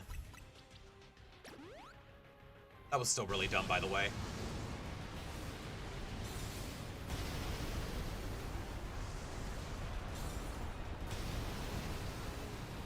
Oh crap, oh crap, oh crap. Okay, we're good. We're good, we're good, we're good. I don't think we're gonna get it in time, but we have to try. Bro, even the way he walks is kind of scary, I'm not gonna lie.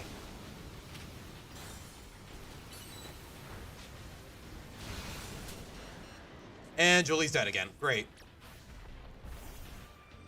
We were so close, man. I kind of want to do it all over again because we were so close to finishing it off naturally, but to be fair, we were kind of winging it and my plan completely fell apart. So, you know what? I feel no shame.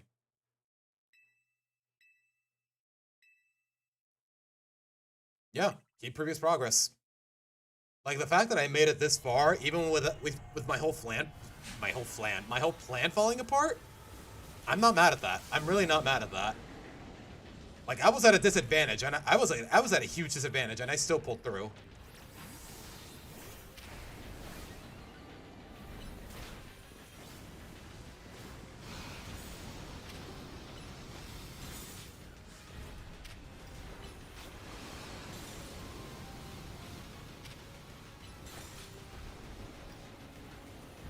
Alright, he's gunning for me. He's gunning for me. Just make sure Julie doesn't do anything stupid. That's all I gotta do.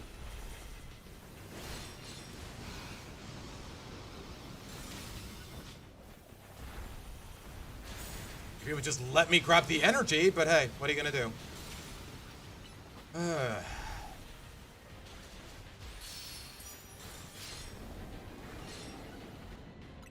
Okay, we're doing it. We're doing it. We're doing it.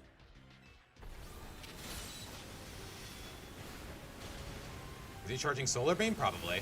Yeah. Okay. We kind of cheated a little, but to be fair, so did he. So, I'm not mad.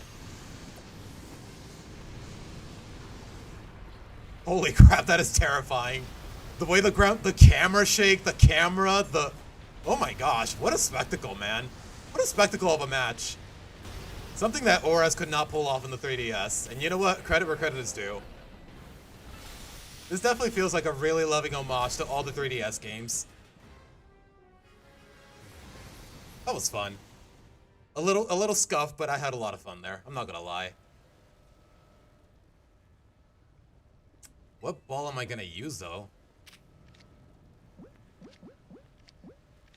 Aesthetically? As basic as it sounds? I think a Pokeball just matches the color scheme well enough. Red, black, and white. A bit of yellow, too, so maybe a repeat ball? The yellow's too prominent, but screw it.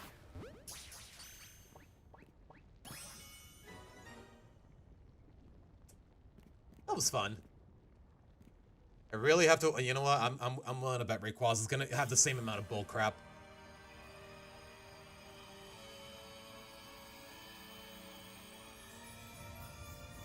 Like, Erica, the irony is, they kept Slowstar for Regigigas to nerf him. Here, They kept Desolate Land to buff him. So I honestly did not see the irony coming. Okay, to be fair, I did most of the work, so I don't know why you're talking.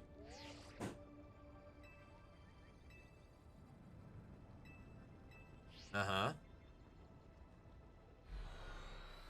So am I just never going to get to see this place again? Because honestly, that makes me a little sad. But alright, we got both. Now what? Uh-huh.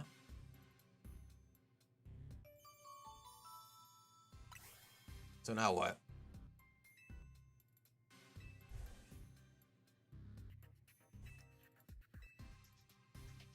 You're volunteer do-gooders?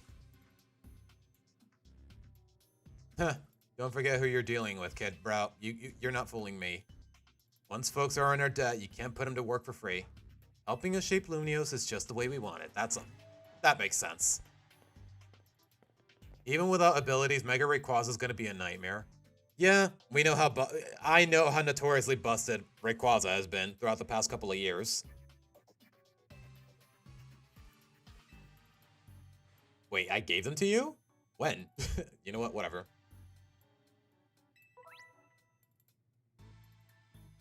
Yeah, we knew that already, homie. Yeah, I don't think I'm gonna pull it off with Eleanor alone. Even if Rayquaza didn't have Delta Stream or whatever, doesn't have Delta Stream or whatever, it's gonna be. I know it's not gonna be that simple. Uh-huh.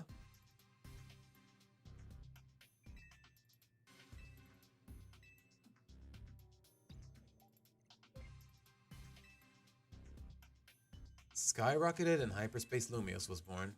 The makeup of hyperspace reflects the subconscious thoughts of,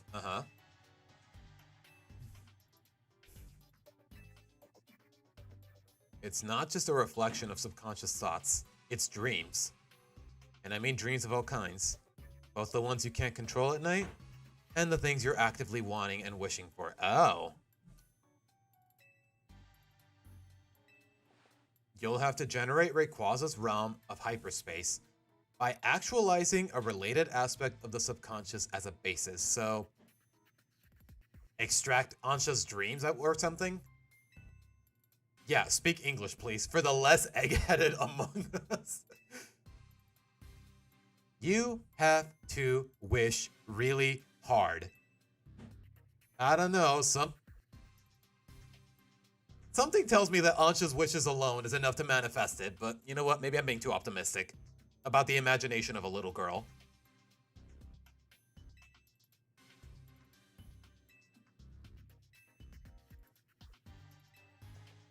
You just gotta believe, I guess. Look, Buster. Bro, these two. The tension, the chemistry between these two, like, honestly, what an underrated duo. Give Mabel and Corbo most screen time together. They really work off of each other in the best of ways.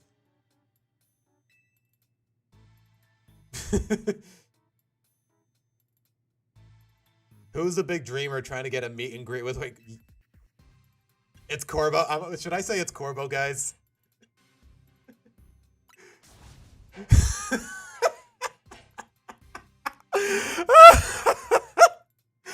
I was joking, man. I was joking.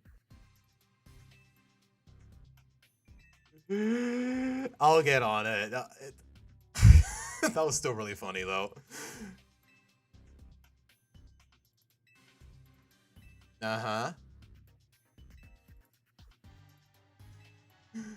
Okay, I do not regret going with that snarky dialogue choice. I regret nothing there.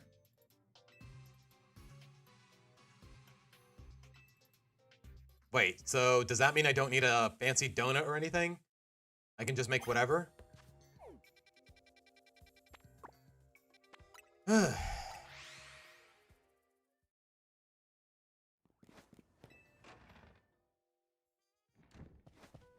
where'd you go? Everyone's meeting at Hotel Z to hear Ansha's story. Wait, what? I'm guessing you're at the rooftop. Maybe the second floor? I don't know. Wait, can I jump off of this? I can't. Okay, fair enough. Why would the marker be on the hotel if nobody's... Where is it? Where is everybody?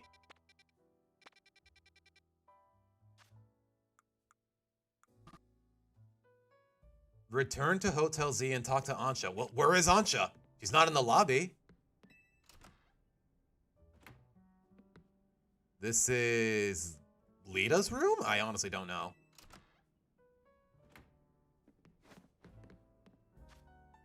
Oh, maybe they're in the maybe they're in the strategy room, the meeting room.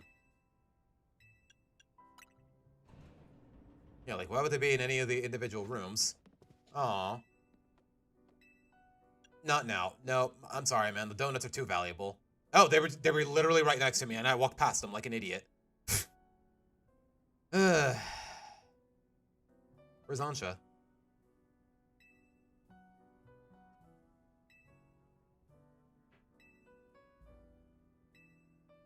Get it? Mega detail? Because Mega Evolution? Okay, I'll stop. Whoever thought that Mega Rayquaza would Dance, Ascent, Earthquake... Yeah. Like, honestly, Dragon Ascent is broken as is. Whose idea was it to give him access to V-Create? And then, yeah, Zacian, also broken. I mean, they've tried to nerf it where they can, but still, though.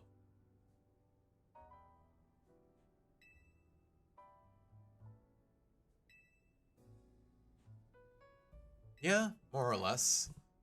I guess a little bit, yeah. Any of that really necessary, though? What do you mean? Ansha's wish was already plenty strong. That's how she found Rayquaza in the first place. Like, I don't know. The last time we let her imagination pop off, we ended up with Darkrai. So I don't know if we should really go through with this. You want to meet him? I mean, I got him in the Pokeball right here. Just saying. You don't have to picture them. I can literally send them out right now. I'm just saying, girl.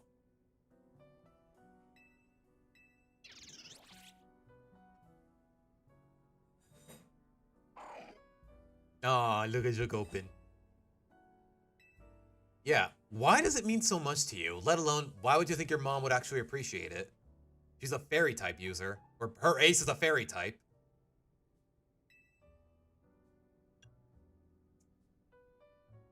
Is here good enough?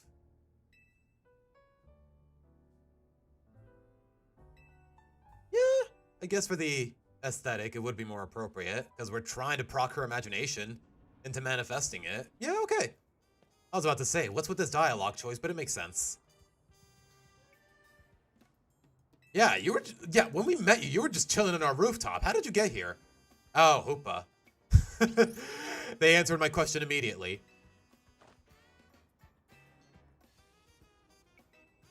Yeah, imagine if she was on, like, the rooftop of the Fist of Justice or the Rust Syndicate.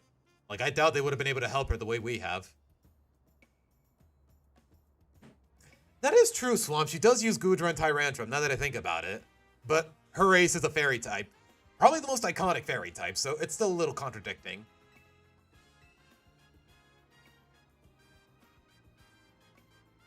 It all begins with a story that I love very dearly.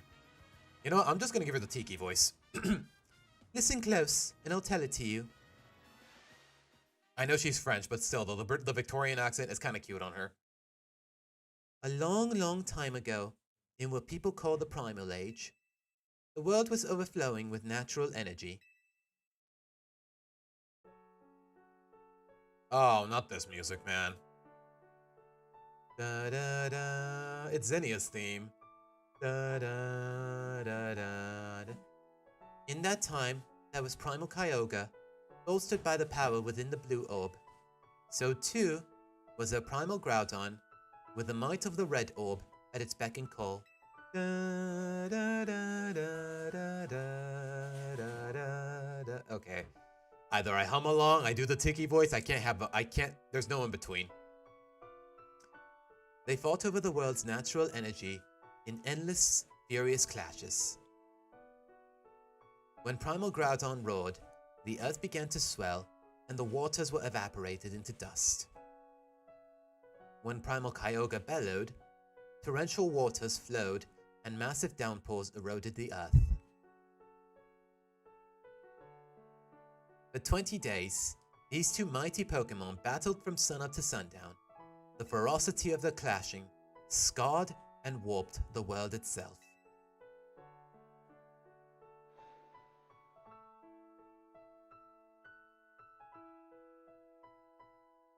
Okay, I know who that is, but who's the kid on top of it? The people of that age, the Draconids, were at a loss. Whatever could they do? They wished with all their might for Rayquaza to descend and save them from destruction. Okay! Keeping up with the lore from the Delta episode, I dig it. The Draconids' wishes must have reached Rayquaza. What does that have to do with you, though? Are she and Diane the descendants of the Draconids, just like Zinnia? There appeared before Primal Kyogre and Groudon a dazzling light, and in it was Rayquaza. Groudon in a dazzling light, oh wait, that's what I just read, in a sublime and incredible form. A blazing light and whipping wind sapped the power from both alike. Robbed of their primal forms, they fled to the faraway depths of land and sea. Until the idiots at Team Magma and Aqua woke them up. The Draconids came to revere Rayquaza as a true savior, and there our story ends.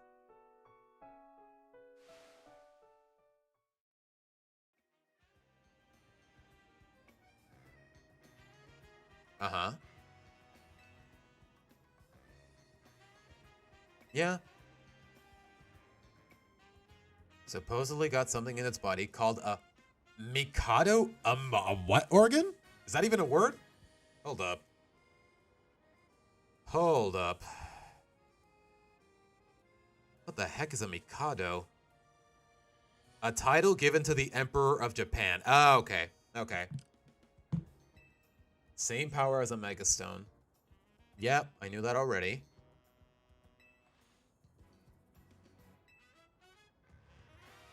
My dear mama read me that story quite often. I came to love the story and admire Rayquaza so much that I would dream about it. And even then, you thought putting the whole world at stake was worth the trouble? You know what? She's a kid. I'm not gonna hold it too much against her, but that's still really stupid.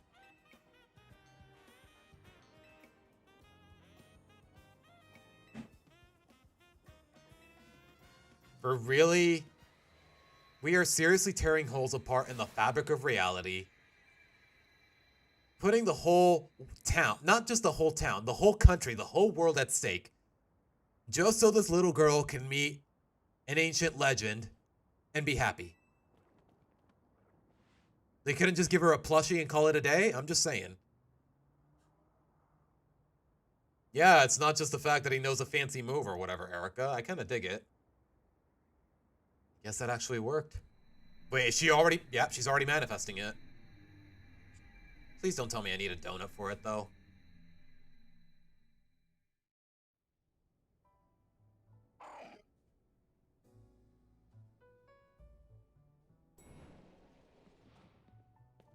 Felipe, when'd you get here?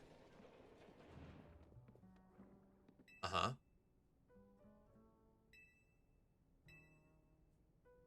What are you gonna call it? The Emerald whatever? Yep, that's probably him. Again? We just might. Oh, great. You know what, guys? We've been streaming long enough, so I think I'm gonna farm that donut off screen. Just to save you guys the trouble of having to watch me grind for the next half hour or so, or however long it takes, who knows.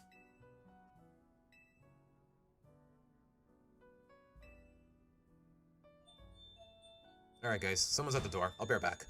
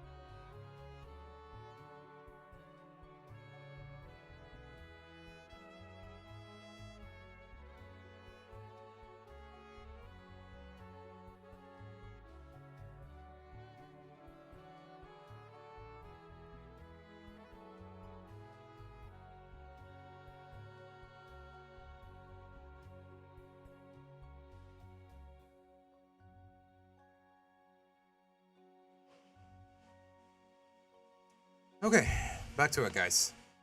Sorry for that brief hiatus. Not really a hiatus, it was only like, what, 10 minutes long? 5 minutes even, not even 3. Come to think of it. But alright. She probably wants to see Mega Ray in person because, in the words of Basement Dwellers, it's not as good as the real thing.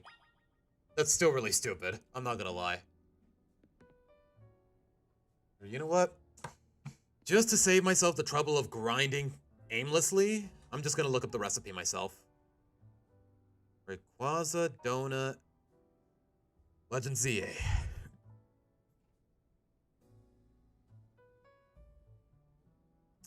Let's see. 4 Colbur, a Roselli, Haban, a Tanga, and a Chilan. Wait, why can't I make it yet?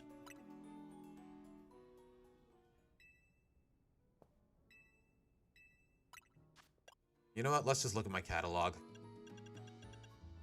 Let's see. I have 2 Colbur. I don't have any Roselli by the looks of it. Yep, no Roselli. What about Haban? Okay, I have a Haban Berry. I have a Chilan. What about Tanga? And I have Tanga. Okay. 2 Colbur and 1 Roselli. That's all I need. But wouldn't it normally give me another option on the menu to actually make the raid donut? I guess it won't give me the option until I have everything. I don't know. But that's not how it worked last time, though. Okay, now I'm just confused.